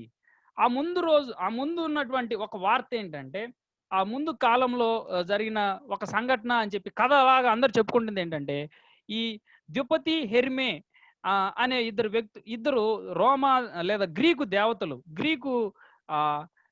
దేవతలు ఏం చేశారంటే, బాగా వృద్ధాప్యంలో ఉన్న ఇద్దరు ఒక కపుల్ని వృద్ధ దంపతులు ఏం పేరంటే ఫిలేమోను బౌసిస్ అనే ఒక వృద్ధ దంపతుల్ని దర్శించి ఏం చేశారంటే, who are abundantly rewarded for their hospital, వాళ్ళు బాగా చేర్చుకున్నందుకు వాళ్ళకి మంచి బహుమానం ఇచ్చి వెళ్ళారంట. కాబట్టి ఇప్పుడు ఏం చేస్తున్నారంటే వీళ్ళు అలాగే ద్యుపతి హెర్మే మళ్ళీ వచ్చారు, జీఎస్ అండ్ హెర్మేస్ మళ్ళీ వచ్చారు, కాబట్టి మనం అంగరంగ వైభవంగా చేయాలి, అద్భుతంగా చేయాలి, ఇంకా ఇచ్చేయాలి అని చెప్పి వాళ్ళు ఏం చేస్తున్నారంటే, పట్టణమునకు ఎదురుగా ఉన్న ద్యుపతి యొక్క పూజారి ఏం చేస్తున్నాడు అంటే, జ్యూసు ఎడ్లను పూదండలను ద్వారముల ఎదుగు తీసుకుని వచ్చి సమూహముతో కలిసి బలి అర్పింపవలనని ఉండెను. అక్కడ ఎడ్లను పూదండలను అంటే ఆ జంతువులని ఊరేగింపుగా తీసుకెళ్లిపోవడం మనం చూస్తా ఉన్నాం. తర్వాత ఆ జ్యూయస్ ఆ యొక్క ద్యుపతి యొక్క దేవాలయము వారి దేవాలయం వద్దకు తీసుకెళ్తున్నట్లుగా చూస్తా ఉన్నాం. బలి అర్పించాలని మనం చూస్తా ఉన్నాం. సో ఇవన్నీ మనం చూస్తా ఉన్నప్పుడు ఏం జరిగింది, మరి వీళ్ళ అత్యుత్సాహానికి ఏం జరిగింది అనే విషయాన్ని మనం చూస్తా ఉన్నప్పుడు అపోస్తలుల స్పందన ఎలా ఉంది, ప్రజల స్పందన ఎలా ఉంటే అపోస్తలుల స్పందన ఎలా ఉందంటే, జీవము గల దేవుని వైపు తిరగాలని సువార్త ప్రకటన మనం చూస్తా ఉన్నాం. అది ఏమిటి అంటే, ఇక్కడ అపోస్తలైన బర్నబాయు పౌలును ఈ సంగతి విని తమ వస్త్రములను చించుకొని సమూహంలోనికి చొరబడి, గమనించండి పౌలుకి హెర్మే అని పేరు ఎందుకు పెట్టారంటే, ముఖ్య ప్రసంగి అయినందున. హెర్మోనెటిక్స్ అంటారు చూసారా, ప్రసంగ శాస్త్రం అంటారు తెలుగులో. హెర్మోనెటిక్స్ అంటే ప్రసంగ శాస్త్రం, అంటే చక్కగా దేవుని వాక్యాన్ని విభజించి చెప్పేది. సో పౌలు మాట్లాడుతూ ఉన్నాడు ఈ మాటలన్నిటినీ. బర్నబాకి ద్యుపతి అనే పేరు ఎందుకు పెట్టారంటే, ద్యుపతి అనే చీఫ్ గాడ్ అన్నమాట. అంటే రోమా దేవతలకి లేదా గ్రీకు దేవతల్లో గాడ్స్ లో చీఫ్ అన్నమాట, ప్రముఖుడు, అందులో వృద్ధుడు అన్నమాట. సో అంటే కొంచెం ఏజ్డ్, కొంచెం వయసు మళ్ళిన వ్యక్తి. సో బర్నబా ఏజ్డ్ అని మనకు అర్థమవుతుంది, పౌలు ఒక చక్కని ప్రావీణ్యత గల వ్యక్తి అని అర్థమవుతుంది. వీరు ఈ సంగతి విని వాళ్ళు ఊరేగించి ఇదంతా తీసుకెళ్లి చేస్తూ ఉన్నాడు. అప్పుడు వాళ్ళు రియలైజ్ ఏం చేశారంటే, సమ వస్త్రములను చించుకొని సమూహంలోనికి చొరబడి, అయ్యయ్యో ఆలోచించండి, తమ వస్త్రాలను చించుకొని సమూహంలోకి చొరబడి ఏం చేశారు అంటే, గమనించండి అక్కడ వాళ్ళు చేసిన పని ఏమిటి అంటే, ముఖ్యంగా ఈ సంగతి విని హర్డ్ ఆఫ్ తమ వస్త్రాలు చింపుకోవడం దేని చెప్తా ఉందంటే, వాళ్ళు ఎంత దారుణంగా ఖండిస్తున్నారో ఈ విషయాన్ని. ఎంతగా అంటే ఈ ఎలాగో వీరిని ఖండిస్తూ ఉన్నారంటే, అయ్యలారా మీరెందుకు ఇలాగ చేయుచున్నారు? మేము కూడా మీ స్వభావం వంటి స్వభావం గల నరులమే. ఫస్ట్ ఏం చెప్తా ఉన్నాడంటే 15వ వచనంలో, డిస్క్లెయిమింగ్ దేర్ ఓన్ ఐడెంటిటీ. మేము దేవుళ్ళం కాదు, మేము దేవునితో సమానులం కాదు, అసలు మేము కానే కాదు, మేము మీ వంటి స్వభావము గలవారమే, మేము మీ వంటి మనుష్యులమే అనే మాటని చెప్తా ఉన్నాడు.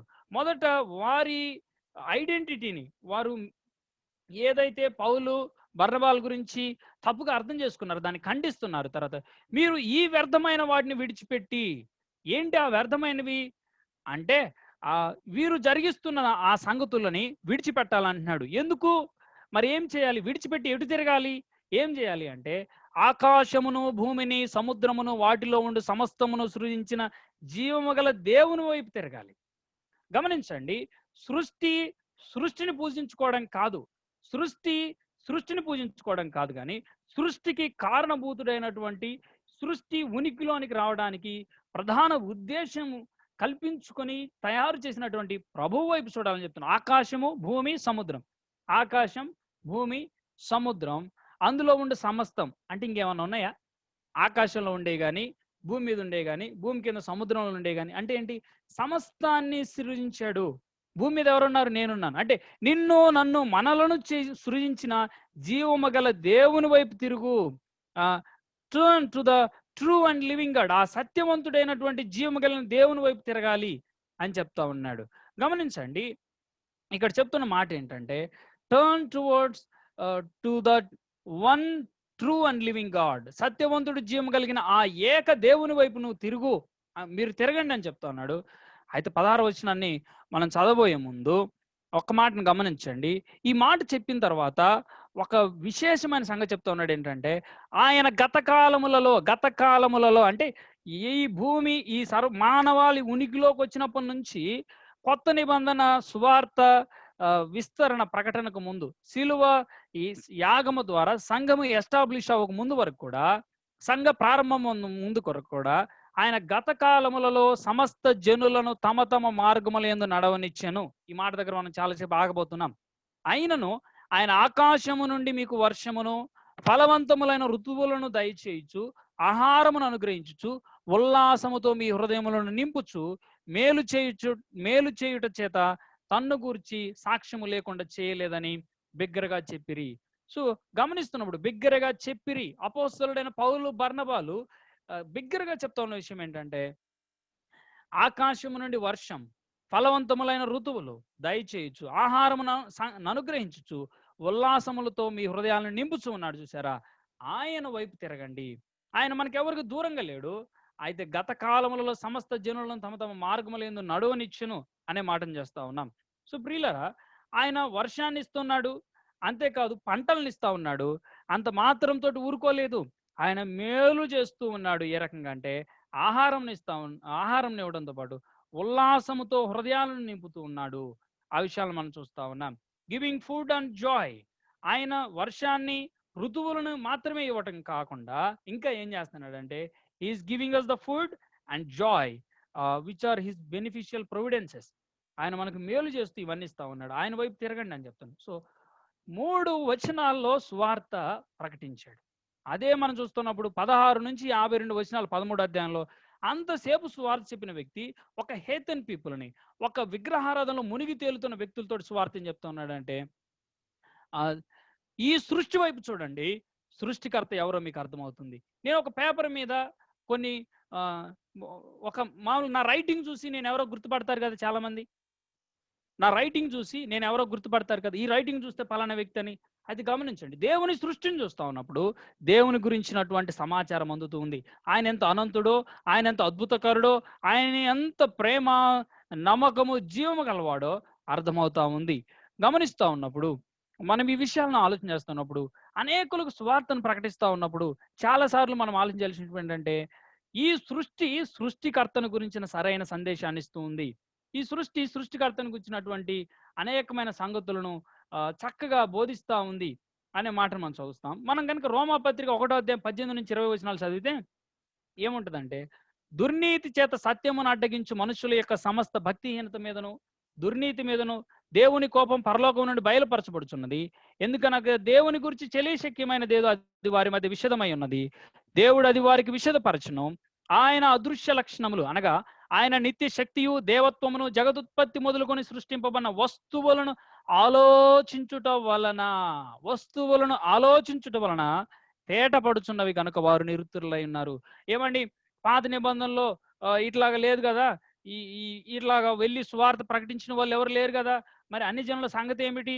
లేకపోతే వారందరూ ఏమైపోతారు అంటే, వారందరూ నిలబడి మాకేం చెప్పలేదు, మాకు దేవుని గురించిన సంగతులు వివరించలేదని చెప్పడానికి ఏ మాత్రం కూడా అవకాశం లేదు.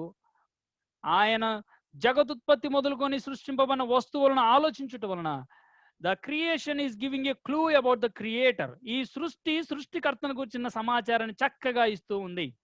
ఆలోచన చేస్తా ఉన్నప్పుడు అవన్నీ తేటపడుచున్నా కనుక వారు నిరుత్తరులై ఉన్నారు. నిందలు వేయడానికి, నోరెత్తడానికి అవకాశం లేదు. కారణం ఏంటంటే ఈ సృష్టికర్తను గురించినటువంటి సమాచారాన్ని స్పష్టంగా అందిస్తూ ఉంది. ఈ రాత్రి ఒక మాటను ఆలోచించేద్దాం. ఈ సృష్టికర్తను గురించిన సమాచారాన్ని ఇస్తూ ఉండగా మనము స్వార్థ అందిస్తూ ఉన్నప్పుడు లెట్ us ఇంట్రడ్యూస్ ప్రభువును గురించి ఎరుగని వారి మధ్యలో ప్రభువు చేసిన ఈ సృష్టిని గురించి విస్తారంగా మాట్లాడుతున్నప్పుడు ఈ అద్భుతమైన సృష్టిని సృజించిన సృష్టికర్త వైపు వారిని మరల్చాలంటే ఈ సృష్టిని గురించి వారు అనుభవిస్తున్నటువంటి ఈ సృష్టిని, మనం అనుభవిస్తున్న ఈ సృష్టిని గురించి చెప్పడం ద్వారా సువార్తకి మనం బీజాలు వేయొచ్చు. తర్వాత మనం ఒక విషయాన్ని చూద్దామా? 16వ వచనంలో ఏమంటున్నాడు? ఆయన గత కాలములలో సమస్త జనులను తమ తమ మార్గములందు నడవనిచ్చును. అంటే ఏంటి? దేవుడు విగ్రహారాధన చేస్తున్న వాళ్ళని విగ్రహారాధన చేయమని అప్రూవ్ చేసినట్ల, దేవుడు పాపం చేస్తున్న వాళ్ళని పాపం చేయమని అప్రూవ్ చేసినట్ల, ఇదేనా ఈ వచనం యొక్క అర్థం? ఆయన గత కాలములలో సమస్త జనులను తమ తమ మార్గములందు నడవనిచ్చును. మనం గమనించాల్సిన విషయం ఏంటంటే 16, 17 వచనాలు కలిపి చదవాలి. నడవనిచ్చాడు, కానీ ఏం చేశాడంటే తన గురించిన సమాచారాన్ని ఇస్తూనే వచ్చాడు. విన్నారా అంటే లేదు. గమనించండి, పాత నిబంధనలో ఉన్నటువంటి ఒక విషయం.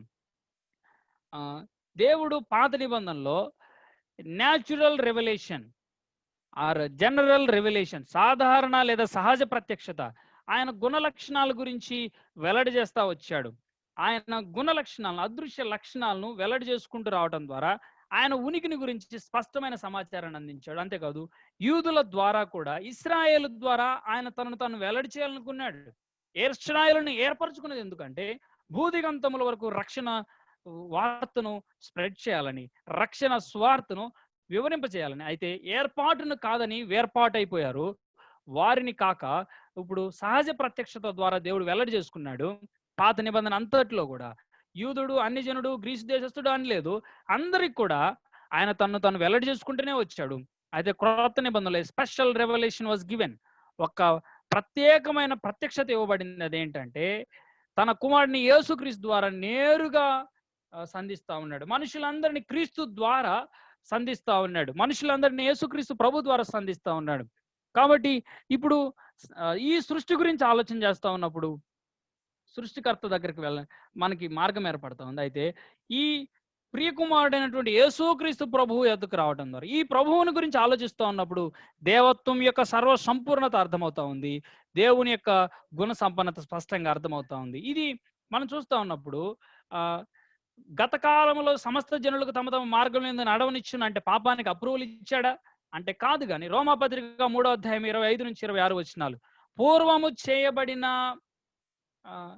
పాపములను దేవుడు తన ఓరిమి వలన ఉపేక్షించినందున ఈజ్ లాంగ్ సఫరింగ్.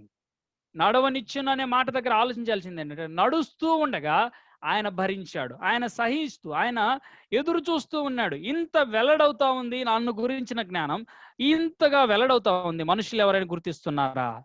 పిల్లలు గమనించండి, తన ఓరిమి వలన ఉపేక్షించాడు అంటే ఆయన లాంగ్ సఫరింగ్, ఆయన ఓపిక, ఆయన దీర్ఘ శాంతముతో ఎదురు చూస్తా వచ్చాడు. ఆయన దీర్ఘ శాంతము వెల్లడవుతా ఉంది. మనుషులందరూ తమ తమ మార్గాలను కల్పించుకొని వెళ్తా ఉన్నారు.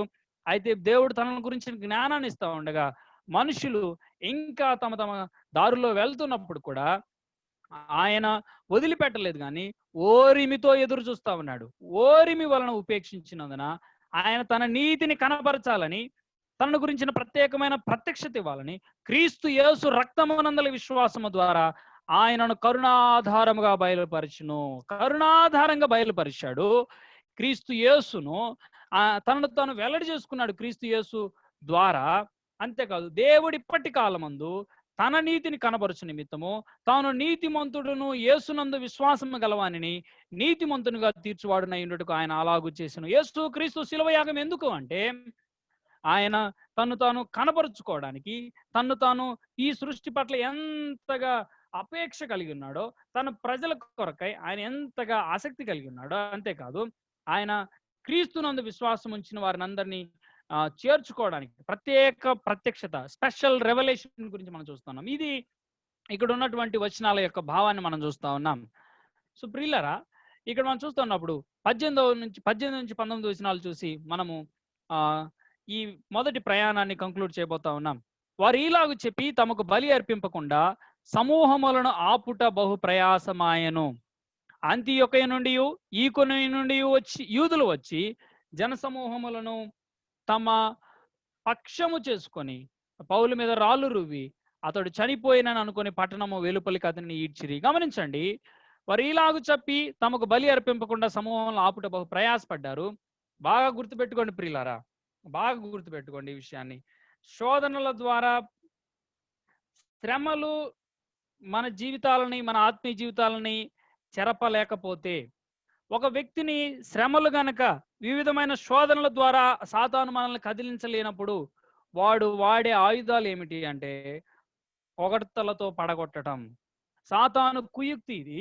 మనుష్యులను ఉప్పొంగజేసి శ్రమల ద్వారా, వివిధమైన వాటి ద్వారా మనం కదల్చబడినప్పుడు వాడు చేసే పని ఏమిటి అంటే, వాడికి ఉన్నటువంటి కుయుక్తి ఏమిటి అంటే పొగడ్తల ద్వారా మనుషులను పడగొట్టడం.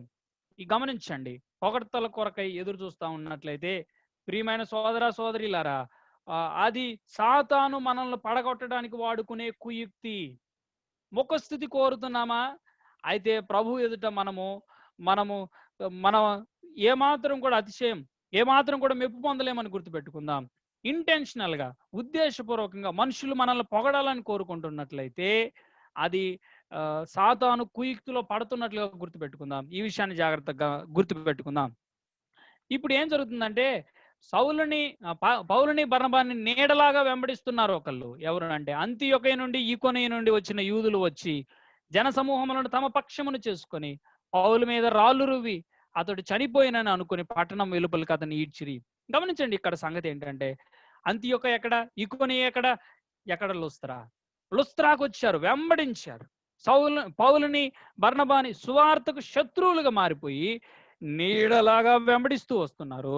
ఆ వెంబడిస్తూ వచ్చి ఏం చేశారంటే జన సమూహములను తమ పక్షము చేసుకొని పౌలు మీద రాళ్ళు రువి అతడు చనిపోయినని అనుకుని పట్టణం వెలుపలికి అతన్ని ఈడ్చిరి అనే మాట. ఒక మాట నేను రాసుకుంటా వచ్చాను. ఏమిటి అంటే, వాళ్ళు ఇంతకు ముందు వరకు కూడా ఎలా చూశారు? యూదులు అంతియొకయ ఈకొనయ నుంచి వచ్చారు, జనసమూహం తమ పక్షంగా చేసుకున్నారు, పౌలు మీద రాళ్ళు రువ్వారు, చనిపోయినని పట్టణం వెలుపలికి ఇచ్చారు. ఫ్యూ డేస్ బ్యాక్, కొద్ది రోజుల ముందు వరకు వీళ్ళు ఎవరంటే they treated them better than angels. దూతల కంటే గొప్పవారిగా చూశారు. ఎవరు? ఈ లుస్త్రలో ఉన్నవారు. ఇప్పుడు రాళ్ళు తీసుకొని కొట్టడం, జంతువుల కంటే దారుణంగా treated them worse than animals. స్వార్థలో వారు స్వార్థ అంటే వారి మధ్యలో ఫ్యూ డేస్ బ్యాక్, కొద్ది రోజుల క్రితం, లేకపోతే ఆ ముందు సమయంలోనే వారు దూతల కంటే దేవదూతల్లాగా ట్రీట్ చేయబడ్డారు. అదే సమయంలో ఏమైందంటే వారు జంతువుల్లాగా ట్రీట్ చేయబడి రాళ్లతో కొట్టబట్టం చూస్తా ఉన్నప్పుడు పిల్లలు ఆలోచించేయండి. పౌలు మీద రాళ్ళు రువి అతడు చనిపోయినా అనుకుని పట్టణం వెలుపలికి అతన్ని ఈడ్చిరి. సువార్తల్లో ప్రతిబంధకాలు ఉన్నాయి, కానీ ప్రభు విశ్వాసత గొప్పది. మీరు కనుక కొరింథీయులకు రాసిన 2వ పత్రిక 11వ అధ్యాయం 5వ వచనం చదివితే రాళ్ళ దెబ్బలు తిన్నాను అంటాడు. అలాగే పౌలు తన మరణానికి ముందు తాను చనిపోతున్నప్పుడు గుర్తు చేసుకుంటున్న ఇన్సిడెంట్స్ లో లుస్త్రలో జరిగిన సంఘటన గురించి మాట్లాడారు. లుస్త్రా, దెర్బే వారు నన్ను ఎంతగా హింసించారు అనేమాట. పౌలు హృదయాన్ని, పౌలు దేహాన్ని గాయపరిచిన ఘటనలు దెర్బే, లుస్త్రాలో ఉన్నాయి. తన మరణానికి ముందు కూడా తిమోతికి రాసిన 2వ పత్రిక 3వ అధ్యాయం 11లో కూడా ఈ మాటలను గుర్తు చేసుకుంటూ ఉన్నప్పుడు మానని గాయాలు చేశారు, వీరు. అయితే ప్రభు మహాకృపను బట్టి తాను పనిలో కొనసాగినట్లుగా కనపడుతుంది. సువార్త యాత్రలో, సువార్త పనిలో అవరోధాలు ఉన్నాయి. అంతకంటే విశేషంగా ప్రభు అధికమైన కృప ఉంది. 19-20 వచనాలు చదివి మనం ముందుకు. అంతియొకయ నుండి ఈకొని నుండి యూదులు వచ్చి జనసమూహంలో తమ పక్షముగా చేసుకొని పౌలు మీద రాళ్ళు రువ్వి అతడు చనిపోయానని అనుకుని పట్టణము వెలుపలికి అతన్ని ఈడ్చిరి. చనిపోయాడని అందరూ వీట్ చేశారు. వెంటనే ఏమైంది తెలుసా? శిష్యులు అతని చుట్టూ నిలిచి ఉన్నారు. ఎందుకు? తీసుకెళ్ళి ఇక చేద్దాం, తీసుకెళ్ళి ఇంకా పూడ్చిపెట్టేద్దాం, లేకపోతే తీసుకెళ్ళి ఇక బరియల్ ప్రోగ్రామ్ చేసేద్దామని. అయితే అతడు లేచి పట్టణంలో ప్రవేశించి, ఎక్కడికి, ఏ పట్టణంలోకి ప్రవేశించాడు? ఏ పట్టణంలో రాళ్ళతో కొట్టారో ఈ లుస్త్రలో, ఆ పట్టణంలోకి ప్రవేశించి మరుసటి రోజు బర్నబాతో కూడా దెర్బేకు బయలుదేరి పోయాను అనే మాటని చదువుతూ ఉన్నాం. పిల్లలు, ఈ మాటలు చదువుతూ ఉన్నప్పుడు పౌలు సువార్త పట్ల ఉన్న లోతైన భారం మనం చూస్తూ ఉన్నప్పుడు అతను లేచి పట్టణంలో ప్రవేశించారు. అరే చచ్చిపోయేదాకా కొట్టారయ్యా, ఇప్పుడు దాకా కొన్ని రోజులు రెస్ట్ తీసుకో, ఇంకోటి అనొచ్చు. కానీ మరునాడు బర్నబాతో కూడా దెర్బేకు బయలుదేరాను. ఒక సూపర్ న్యాచురల్ థింగ్ జరిగింది ఇక్కడ. ఒక ప్రభువు యొక్క కృప చేత తను వెంటనే రికవర్ అయ్యి వెంటనే సువార్త యాత్రలో సాగినట్లుగా. మరణం ఎదురొచ్చింది కానీ సువార్తని ఆపలేకపోయింది. మరణం అడ్డుపడింది, ఆపలేకపోయింది. శిష్యులు కూడా అతను చనిపోయాడు అనుకున్నారు, కానీ ఏమాత్రం జరగలేదు. అతడు లేచి పట్టణంలో ప్రవేశించి మరునాడు బర్నబాతో కూడా దెర్బేకు బయలుదేరిపోయాను. ఇంకొక మాట ఏంటంటే, ఈ లుస్త్రా అనేది తిమోతి యొక్క సొంత పట్టణం. తర్వాత ఇక్కడ మనం బాగా ఆలోచిస్తున్నప్పుడు ఒక పాఠాన్ని మనం ఆలోచించేద్దామా? ఆయన మహిమ కొరకు మరణాన్ని సైతం మహదానందంగా స్వీకరించడం మనకున్న మంచి అవకాశం. ఒక భక్తుడు ఈ రకంగా రాశాడు, if I want to die, it is worth to die for Lord Jesus Christ alone. ఒకవేళ నాకు చచ్చిపోయే అవకాశం వస్తే ఎవరి కోసం చచ్చిపోవడం మహాదానందం, గొప్ప భాగ్యం అంటే it is worth to die for Lord Jesus Christ alone. క్రీస్తు కొరకు చనిపోవడం మాత్రమే న్యాయం. ఈ లోకంలో దేని కొరకు కాదు, కానీ క్రీస్తు కొరకు చనిపోవడం మాత్రమే సమన్యాయం. అది ఎంతైనా న్యాయమైన సంగతి అంటాడు. కారణం ఏంటంటే, నా కొరకు సంపూర్ణ దైవ మానవుడు శిలోమరాను మీద ప్రాణం పెట్టాడు, నా కొరకు చనిపోయాడు. ఆ ప్రభు కోసం చనిపోవడం మాత్రమే న్యాయం. ఈ లోకంలో ఎవరి కోసం చనిపోవడానికి మనము అన్ని వేళలు సిద్ధంగా ఉండాలంటే only for Lord Jesus Christ alone. క్రీస్తు ప్రభు కొరకు మాత్రమే. కారణం ఏంటంటే, ఆయనే మనల్ని ప్రేమించి మన కొరకై ప్రాణం ఇచ్చాడు. ఈ పాఠం ప్రభు మనల్ని సవాల్ చేస్తూ ఉండగా ఆయన మహిమ కొరకు మరణాన్ని సైతం గొప్ప అవకాశంగా తీసుకుందాం. ఆ మరణమే ఎదురుందా, అవకాశంగా భావిద్దాం. క్రీస్తు ప్రభు కొరకు గొప్ప అవకాశంగా పరిగణిద్దాం. దెర్బేలో పరిచర్యను మనం చూస్తూ ఉన్నప్పుడు, అయితే శిష్యులు అతని చుట్టూ నిలిచి ఉండగా అతడు లేచి పట్టణంలో ప్రవేశించి మరునాడు బర్నబాతో కూడా దెర్బేకు బయలుదేరిపోయిను. వారు ఎవరు? పౌలు, బర్నబా పట్టణంలో సువార్త ప్రకటించి అనేకులను శిష్యులుగా చేసిన తర్వాత లుస్త్రకును, ఈకోనీయుకును, అంతియొకయకును తిరిగి వచ్చి వారు ఆ పట్టణంలో సువార్త ప్రకటించి. ఏ పట్టణంలో? దెర్బే. ఒక మాట నేను చెప్పాలనుకుంటున్నాను ప్రియులారా, Derbe most remote area in Asia Minor. ఆసియా, చిన్న ఆసియా ఖండంలో, చిన్న ఆసియాలో ఒక రిమోట్ ప్లేస్, మారుమూల ప్రాంతం ఏదయ్యా అంటే దెర్బే. ఏంటను సువార్త ప్రయాణం, సువార్త గమ్యం ఎక్కడ దాకా అంటే కడపాపి వరకు కూడా వెళ్ళాల్సిన అవసరం ఉంది. ఎంత చిన్నదానికైనా సరే సువార్త వెళ్ళాల్సిన అవసరం ఉంది. ఈ దెర్బే గురించి ఒక మాట చెప్పాలనుకున్నాను. ఈ దెర్బే ఎవరి పట్టణం అంటే గాయిస్. 20వ అధ్యాయం 4వ వచనం మనం చదువుతున్నప్పుడు గాయియు, ఒక యవనస్తుడు గాయియు, పౌలు జతపనివాడిగా ఉన్న ఒక గాయి అనే ఆ యవనస్తుడి యొక్క ప్రాంతం, సొంత పట్టణం ఇది దెర్బే. అయితే ఆ పట్టణంలో సువార్త ప్రకటించి అనేకులను శిష్యులుగా చేసిన తర్వాత లుస్త్రకును శిష్యులుగా చేశారు. డిజైపుల్స్, శిష్యులుగా చేశారు.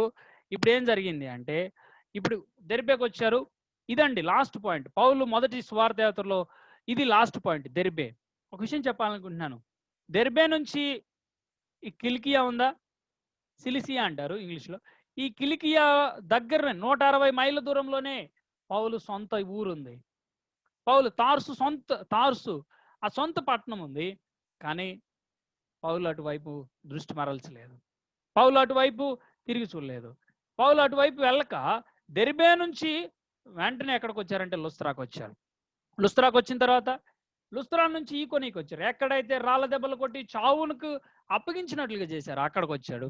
అక్కడ నుంచి ఎక్కడికి వెళ్ళారంటే ఈకొనియ నుంచి అంతియొకయకు వచ్చారు. అంతియొకయకు వస్తూ వస్తూ ఏం చేశారంటే శిష్యుల మనస్సులను దృఢపరచి విశ్వాసమందు నిలకడగా ఉండవలననియు అనేక శ్రమలను అనుభవించి మనం దేవుని రాజ్యంలో ప్రవేశింపవలనని వారిని హెచ్చరించిరి.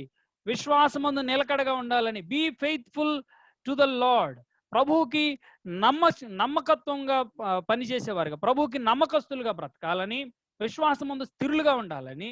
అంతేకాదు విశ్వాసమందు ఉన్నామా అయితే శ్రమలు అనుభవించవలసిన వారంగా ఉన్నాం. అది మనము యోగ్యులం, అందుకు మనం యోగ్యులం. ప్రభు కోసం దెబ్బలు కాస్తున్నామా, దెబ్బలు తింటున్నామా, ఇట్స్ ఎ ప్రివిలేజ్, అది గొప్ప భాగ్యం అని అంచండి. అయితే వాగ్దానం ఏంటో తెలుసా? దేవుని రాజ్యములో ప్రవేశము, లేదా దేవుని రాజ్యం అనే మాట గురించి ఇక్కడ చదువుతున్నప్పుడు ఇది 1000 ఏండ్ల పాలన గురించి మాట్లాడే మాట. దేవుడు రాజుగా ఉండి పరిపాలించేది 1000 ఏండ్ల పాలన గురించి మాట్లాడుతున్నాడు. ఈ సంగతులని మనం 20వ అధ్యాయంలో స్పష్టంగా లోతుగా చక్కగా ధ్యానం చేయబోతాం. అప్పటి వరకు ఇది గుర్తుపెట్టుకోవాలని మనవి. వారిని హెచ్చరించారు ఏమనంటే మనము విశ్వాసమందు నిలకడగా ఉండాలి.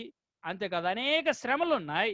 ఇక్కడ చూస్తా ఉన్నప్పుడు ఎంత శ్రమలండి, ఎంత దారుణమైన శ్రమలు ఉన్నాయి. అయితే శ్రమ పడుతున్న మనము మన నిరీక్షణ దేవుని రాజ్యంలో మనం ప్రభుతో కూడా ఏలబోతా ఉన్నామని గుర్తుపెట్టుకుందాం అని చెప్పి, మరియు ప్రతి సంఘములో వారికి అంటే శిష్యులు పెద్దలను ఏర్పరిచి ఉపవాసం ఉండి ప్రార్థన చేసి వారి నమ్మిన ప్రభువునకు వారిని అప్పగించిరి అనే మాటను మనం చదువుతున్నప్పుడు ప్రియులరా, ఈ సంగతులను మనం చూస్తున్నాడు.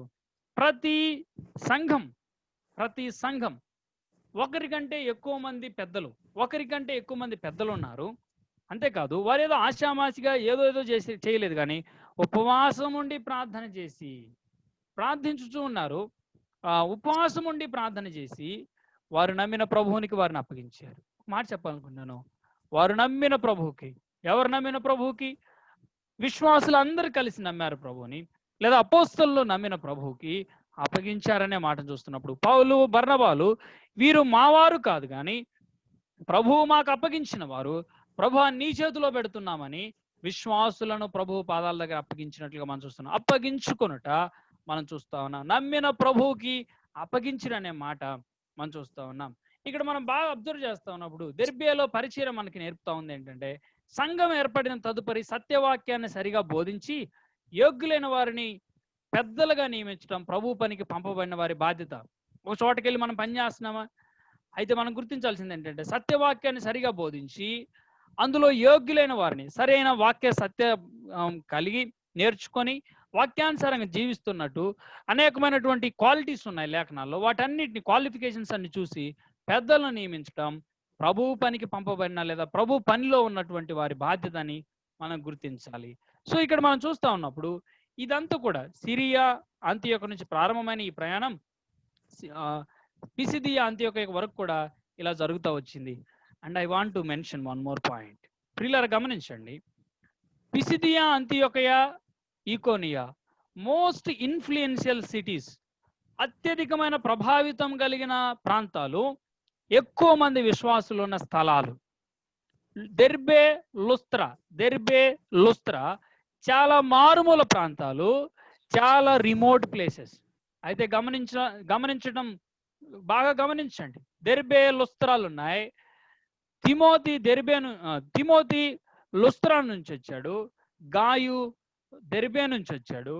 యవనస్తులైన ఒక తరాన్ని తయారు చేసింది ఒక రిమోట్ ప్లేసెస్ లో ఉన్నటువంటి సంఘం ఒక తరాన్ని తయారు చేసుకుంది. ఇన్ఫ్లుయెన్షియల్ చర్చెస్ గా ఉన్నాయి, ఒక ప్రభావితమైన సంఘాలుగా ఉన్నాయి అంతియోకయ ఈకోనియా. కానీ అక్కడి నుంచి పౌలుకి కానీ లేదా అపోస్తలులకు కానీ ప్రయోజనకరమైన వ్యక్తులు, యవనస్తులు, సహకారులు ఎవరైనా వచ్చారంటే మనకేం కనపడట్లేదు. ఈ రాత్రి ఒక మాట, ప్రియులరా, సాంద్రత ఎంత ఉందో మనకు ప్రాముఖ్యం కాదు, కానీ ప్రభువు పనిలో ప్రయోజనకరమైన పాత్రలు ఎన్ని ఉన్నాయి మన సంఘాల్లో. మన వ్యక్తిగతంగా మనం ఆలోచించాల్సిందంటే సంఖ్యని కాక ప్రభువుకి ప్రయోజనకరమైన పాత్రలు ఎన్ని ఉన్నాయి, మరొక తరము మన సంఘాల్లో తయారవుతుందా అనే విషయాన్ని కూడా మనం గమనించాలి. మరొక తరాన్ని తయారు చేసింది ఇన్ఫ్లుయెన్సర్ చర్చెస్ అక్కడ మనకి కనపడలేదు, కానీ ఒక మారుమూల గ్రామంలో, ఒక మారుమూల రిమోట్ ప్లేసెస్ లో ఉన్న దెర్బే లుస్త్రా కనపడుతున్నాయి. ఈ రాత్రి ఒక మాటని మన ప్రభు మన మధ్యలోనికి తెస్తూ ఉన్నాడు, మనతో మాట్లాడుతూ ఉన్నాడు. ఏంటి అంటే, మనుషులందరి చేత చాలా ఇన్ఫ్లుయెన్షియల్ గా మనము మన సంఘాలు ఉండొచ్చేమో కానీ, మన సంఘాల్లో ఆ ఒక్క తరం కొరకు పని జరుగుతూ ఉంది సార్. మనం వెళ్ళిపోయిన తర్వాత ప్రభు పని చేసే మరొక తరం, నమ్మకమైన తరం, నాణ్యమైన తరం ప్రభు కోసం తయారవుతుందా లేదో మనము యోచించుకోవాల్సిన సమయం. ఈ ప్రశ్నని ప్రభు పాదాల దగ్గర మనం పెడతా ఉండగా, ప్రభు మనలతో మాట్లాడుతుండగా మనం మరొక తరాన్ని తయారు చేసే వ్యక్తులుగా ఉన్నామా లేదా అని ఆలోచించాల్సిన మాట. తరువాత పిసిదియా దేశం అంతటా సంచరించి, ఈ పిసిదియా దేశం అంతటా సంచరించారు, పంపూలియాకు వచ్చారు. పంపూలియా అంటే ఏది? ఈ ప్రాంతం. పంపూలియా ప్రావిన్స్ లోని ఈ ప్రాంతానికి వచ్చి పెర్గేలో వాక్యం బోధించారు. పెర్గేలో వాక్యాన్ని బోధించారు. వెళ్ళేటప్పుడు అక్కడ సంఘం స్టార్ట్ అయిందేమో మరి. అతాలియకు దిగి వెళ్ళిరి అంటే ఇట్లా వచ్చారు. ఆ తర్వాత ఏం జరిగిందండి అంటే, అక్కడ నుండి ఓడ ఎక్కి, ఇది సీపోర్ట్ అన్నమాట, ఓడరేవు. ఓడ ఎక్కి తాము నెరవేర్చిన పని నిమిత్తము దేవుని కృపకు అప్పగింపబడిన వారై మొదట బయలుదేరిన అంతియొకైకు తిరిగి వచ్చినట్లుగా మనం చూస్తా ఉన్నాం. ఇది ఇక్కడ ఉన్నటువంటి మొదటి ప్రయాణం యొక్క, సిరియా అంతియొకైకు తిరిగి రావటంతో మొదటి ప్రయాణం పూర్తయినట్లుగా మనం చూస్తా ఉన్నాం. ప్రభు పాదాల దగ్గర మనం చూస్తున్నప్పుడు, తాము నెరవేర్చిన పని నిమిత్తము దేవుని కృపకు అప్పగింపబడిన వారై, వారు అప్పగించుకున్నారు, తమ యొద్దకు వచ్చిన అనేకులను అప్పగించారు. ఇంకొక మాట ఏమిటంటే, పంపిన పనిని నమ్మశక్యంగా చేసి వచ్చిన వారు. ఇంకొక మాట చెప్పాలనుకున్నాను ఏంటంటే, గురి కలిగి నడిచారు. ఏ గురి చేత ప్రభు, ఏ లక్ష్యముతో వారు పంపబడ్డారో ఆ లక్ష్యం నుంచి ఏమాత్రం పక్కకి వెళ్లకుండా వచ్చినారు. ప్రియులారా, ఈ సమయంలో మన ప్రభు మనతో మాట్లాడుతున్నాడు. మన జీవితాల్లో మనము ప్రభు కొరకు ఉన్న లక్ష్యాలు, మన జీవితాల్లో ఉన్నటువంటి are we a goal oriented Christians, గురి కలిగిన క్రైస్తవ జీవితాన్ని, గురి కలిగిన క్రైస్తవ ప్రయాణాన్ని మనము కొనసాగిస్తున్నామా? ఏదో గాలికి కొట్టినట్లు మన బ్రతుకులున్నాయా? ఈ రాత్రి ప్రభు కొరకు ఒక గురి కలిగిన వ్యక్తులుగా, గురి కలిగిన పౌలు బర్నబాలు అప్పగించుకొని తిరిగి వచ్చినట్లు మనం చూస్తా ఉన్నాం. ఏ లక్ష్యంతో వెళ్ళారో ఆ లక్ష్యాన్ని నిర్లక్ష్యం చేయకుండా, అలక్ష్యం చేయకుండా నెరవేర్చి వచ్చినట్లు చూస్తున్నాం. ఈ రాత్రి మన జీవితాల్లో ఈ సంగతుల్ని ఒకసారి ఆలోచించేద్దామా? ప్రభువు పాదాల చెంత లక్ష్యము కలిగిన జీవితాన్ని మనం జీవించడం నేర్చుకుందాం. ఈ ప్రయాణం తర్వాత ఏం జరిగింది, ఎక్కడెక్కడ ఏమేం జరిగిందో మనం చూడబోతున్నాం. లాస్ట్గా ఈ ఒక్క మాట చూడండి. ఈ విజువల్ మ్యాప్ని మనం చూసి మనం ఈ స్టడీని క్లోజ్ చేద్దాం.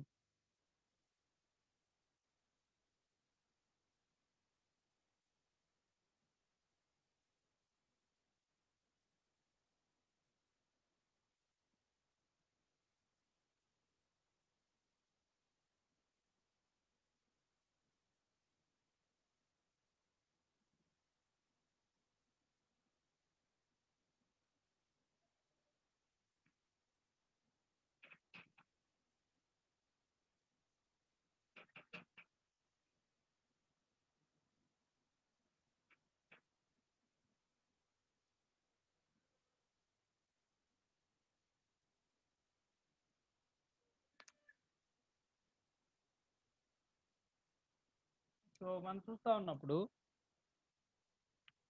ఇప్పుడు గూగుల్ మ్యాప్స్ లో ఇదంతా ప్రయాణాన్ని మనం చూస్తే ఎలా ఉంటుందో మనం చూస్తా ఉన్నాం. ఇక్కడ సో సిరియా అంతియోకయ మనకు కనపడుతూ ఉంది. ఇక్కడ అంతియోక ఆఫ్ సిరియా ప్రస్తుతం ఉన్న గూగుల్ మ్యాప్స్ లో మనం చూస్తాం. సిరియా అంతియోకయ, తర్వాత సెలూకియా ఇక్కడ ఉందన్నమాట. అక్కడ నుంచి ఓడ ప్రయాణం ఉంది.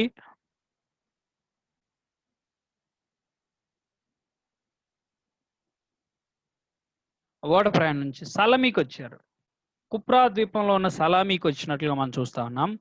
సలామీకి వచ్చి సలామీ నుంచి పాఫుకి వచ్చినట్లుగా మనం చూస్తాం. ఇది పాఫు, చూసారా? ఆ చివరి నుంచి ఈ చివరికి పాఫుకి వచ్చినట్లుగా మనం చూస్తాం. పాఫుకి వచ్చిన తర్వాత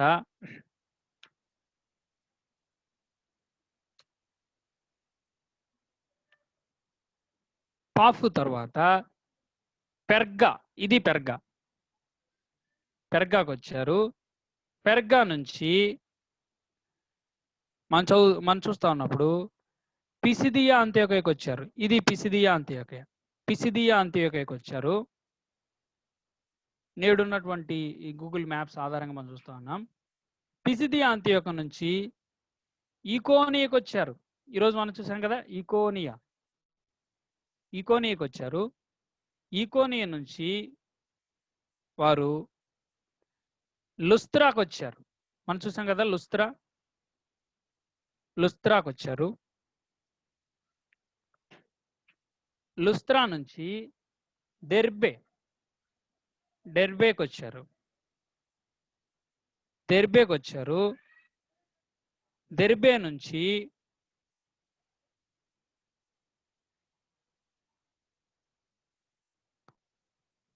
మరలా లుస్త్రాకు వచ్చారు. తిరుగు ప్రయాణంలో లుస్త్రాకు వచ్చారు. సో లుస్త్రా నుంచి మరలా ఈకోనియాకు వచ్చారు. ఇప్పుడు ఈకోనియాకు వచ్చారు. సో ఈకోనియా నుంచి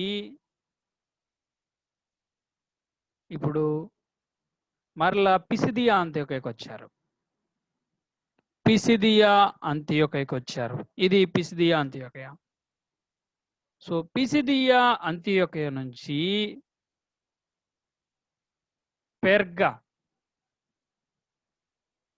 పంపూలియాలో ఉన్నటువంటి పెర్గాకు వచ్చారు.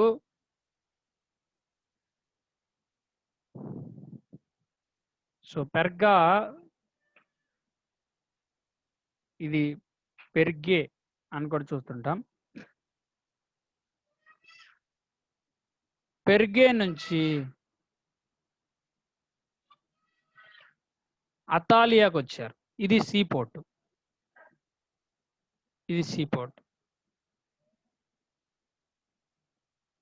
సీపోర్ట్ నుంచి నేరుగా సిరియా అంత్యోకయకు వచ్చారు.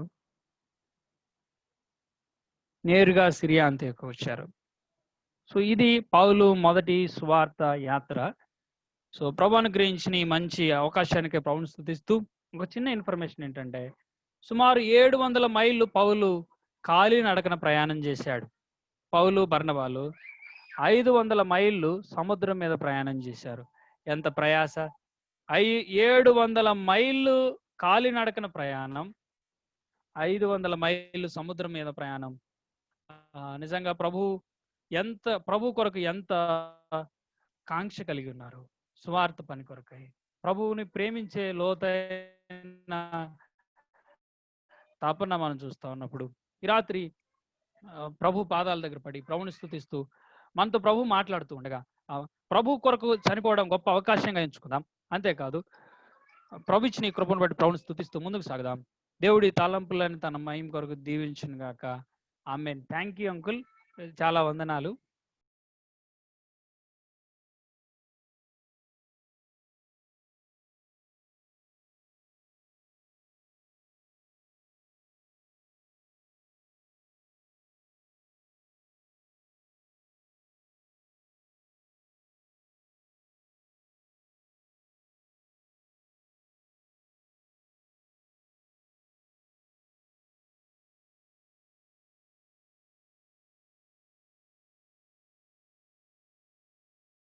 అంకుల్ థ్యాంక్ యూ అంకుల్, వందనాలు.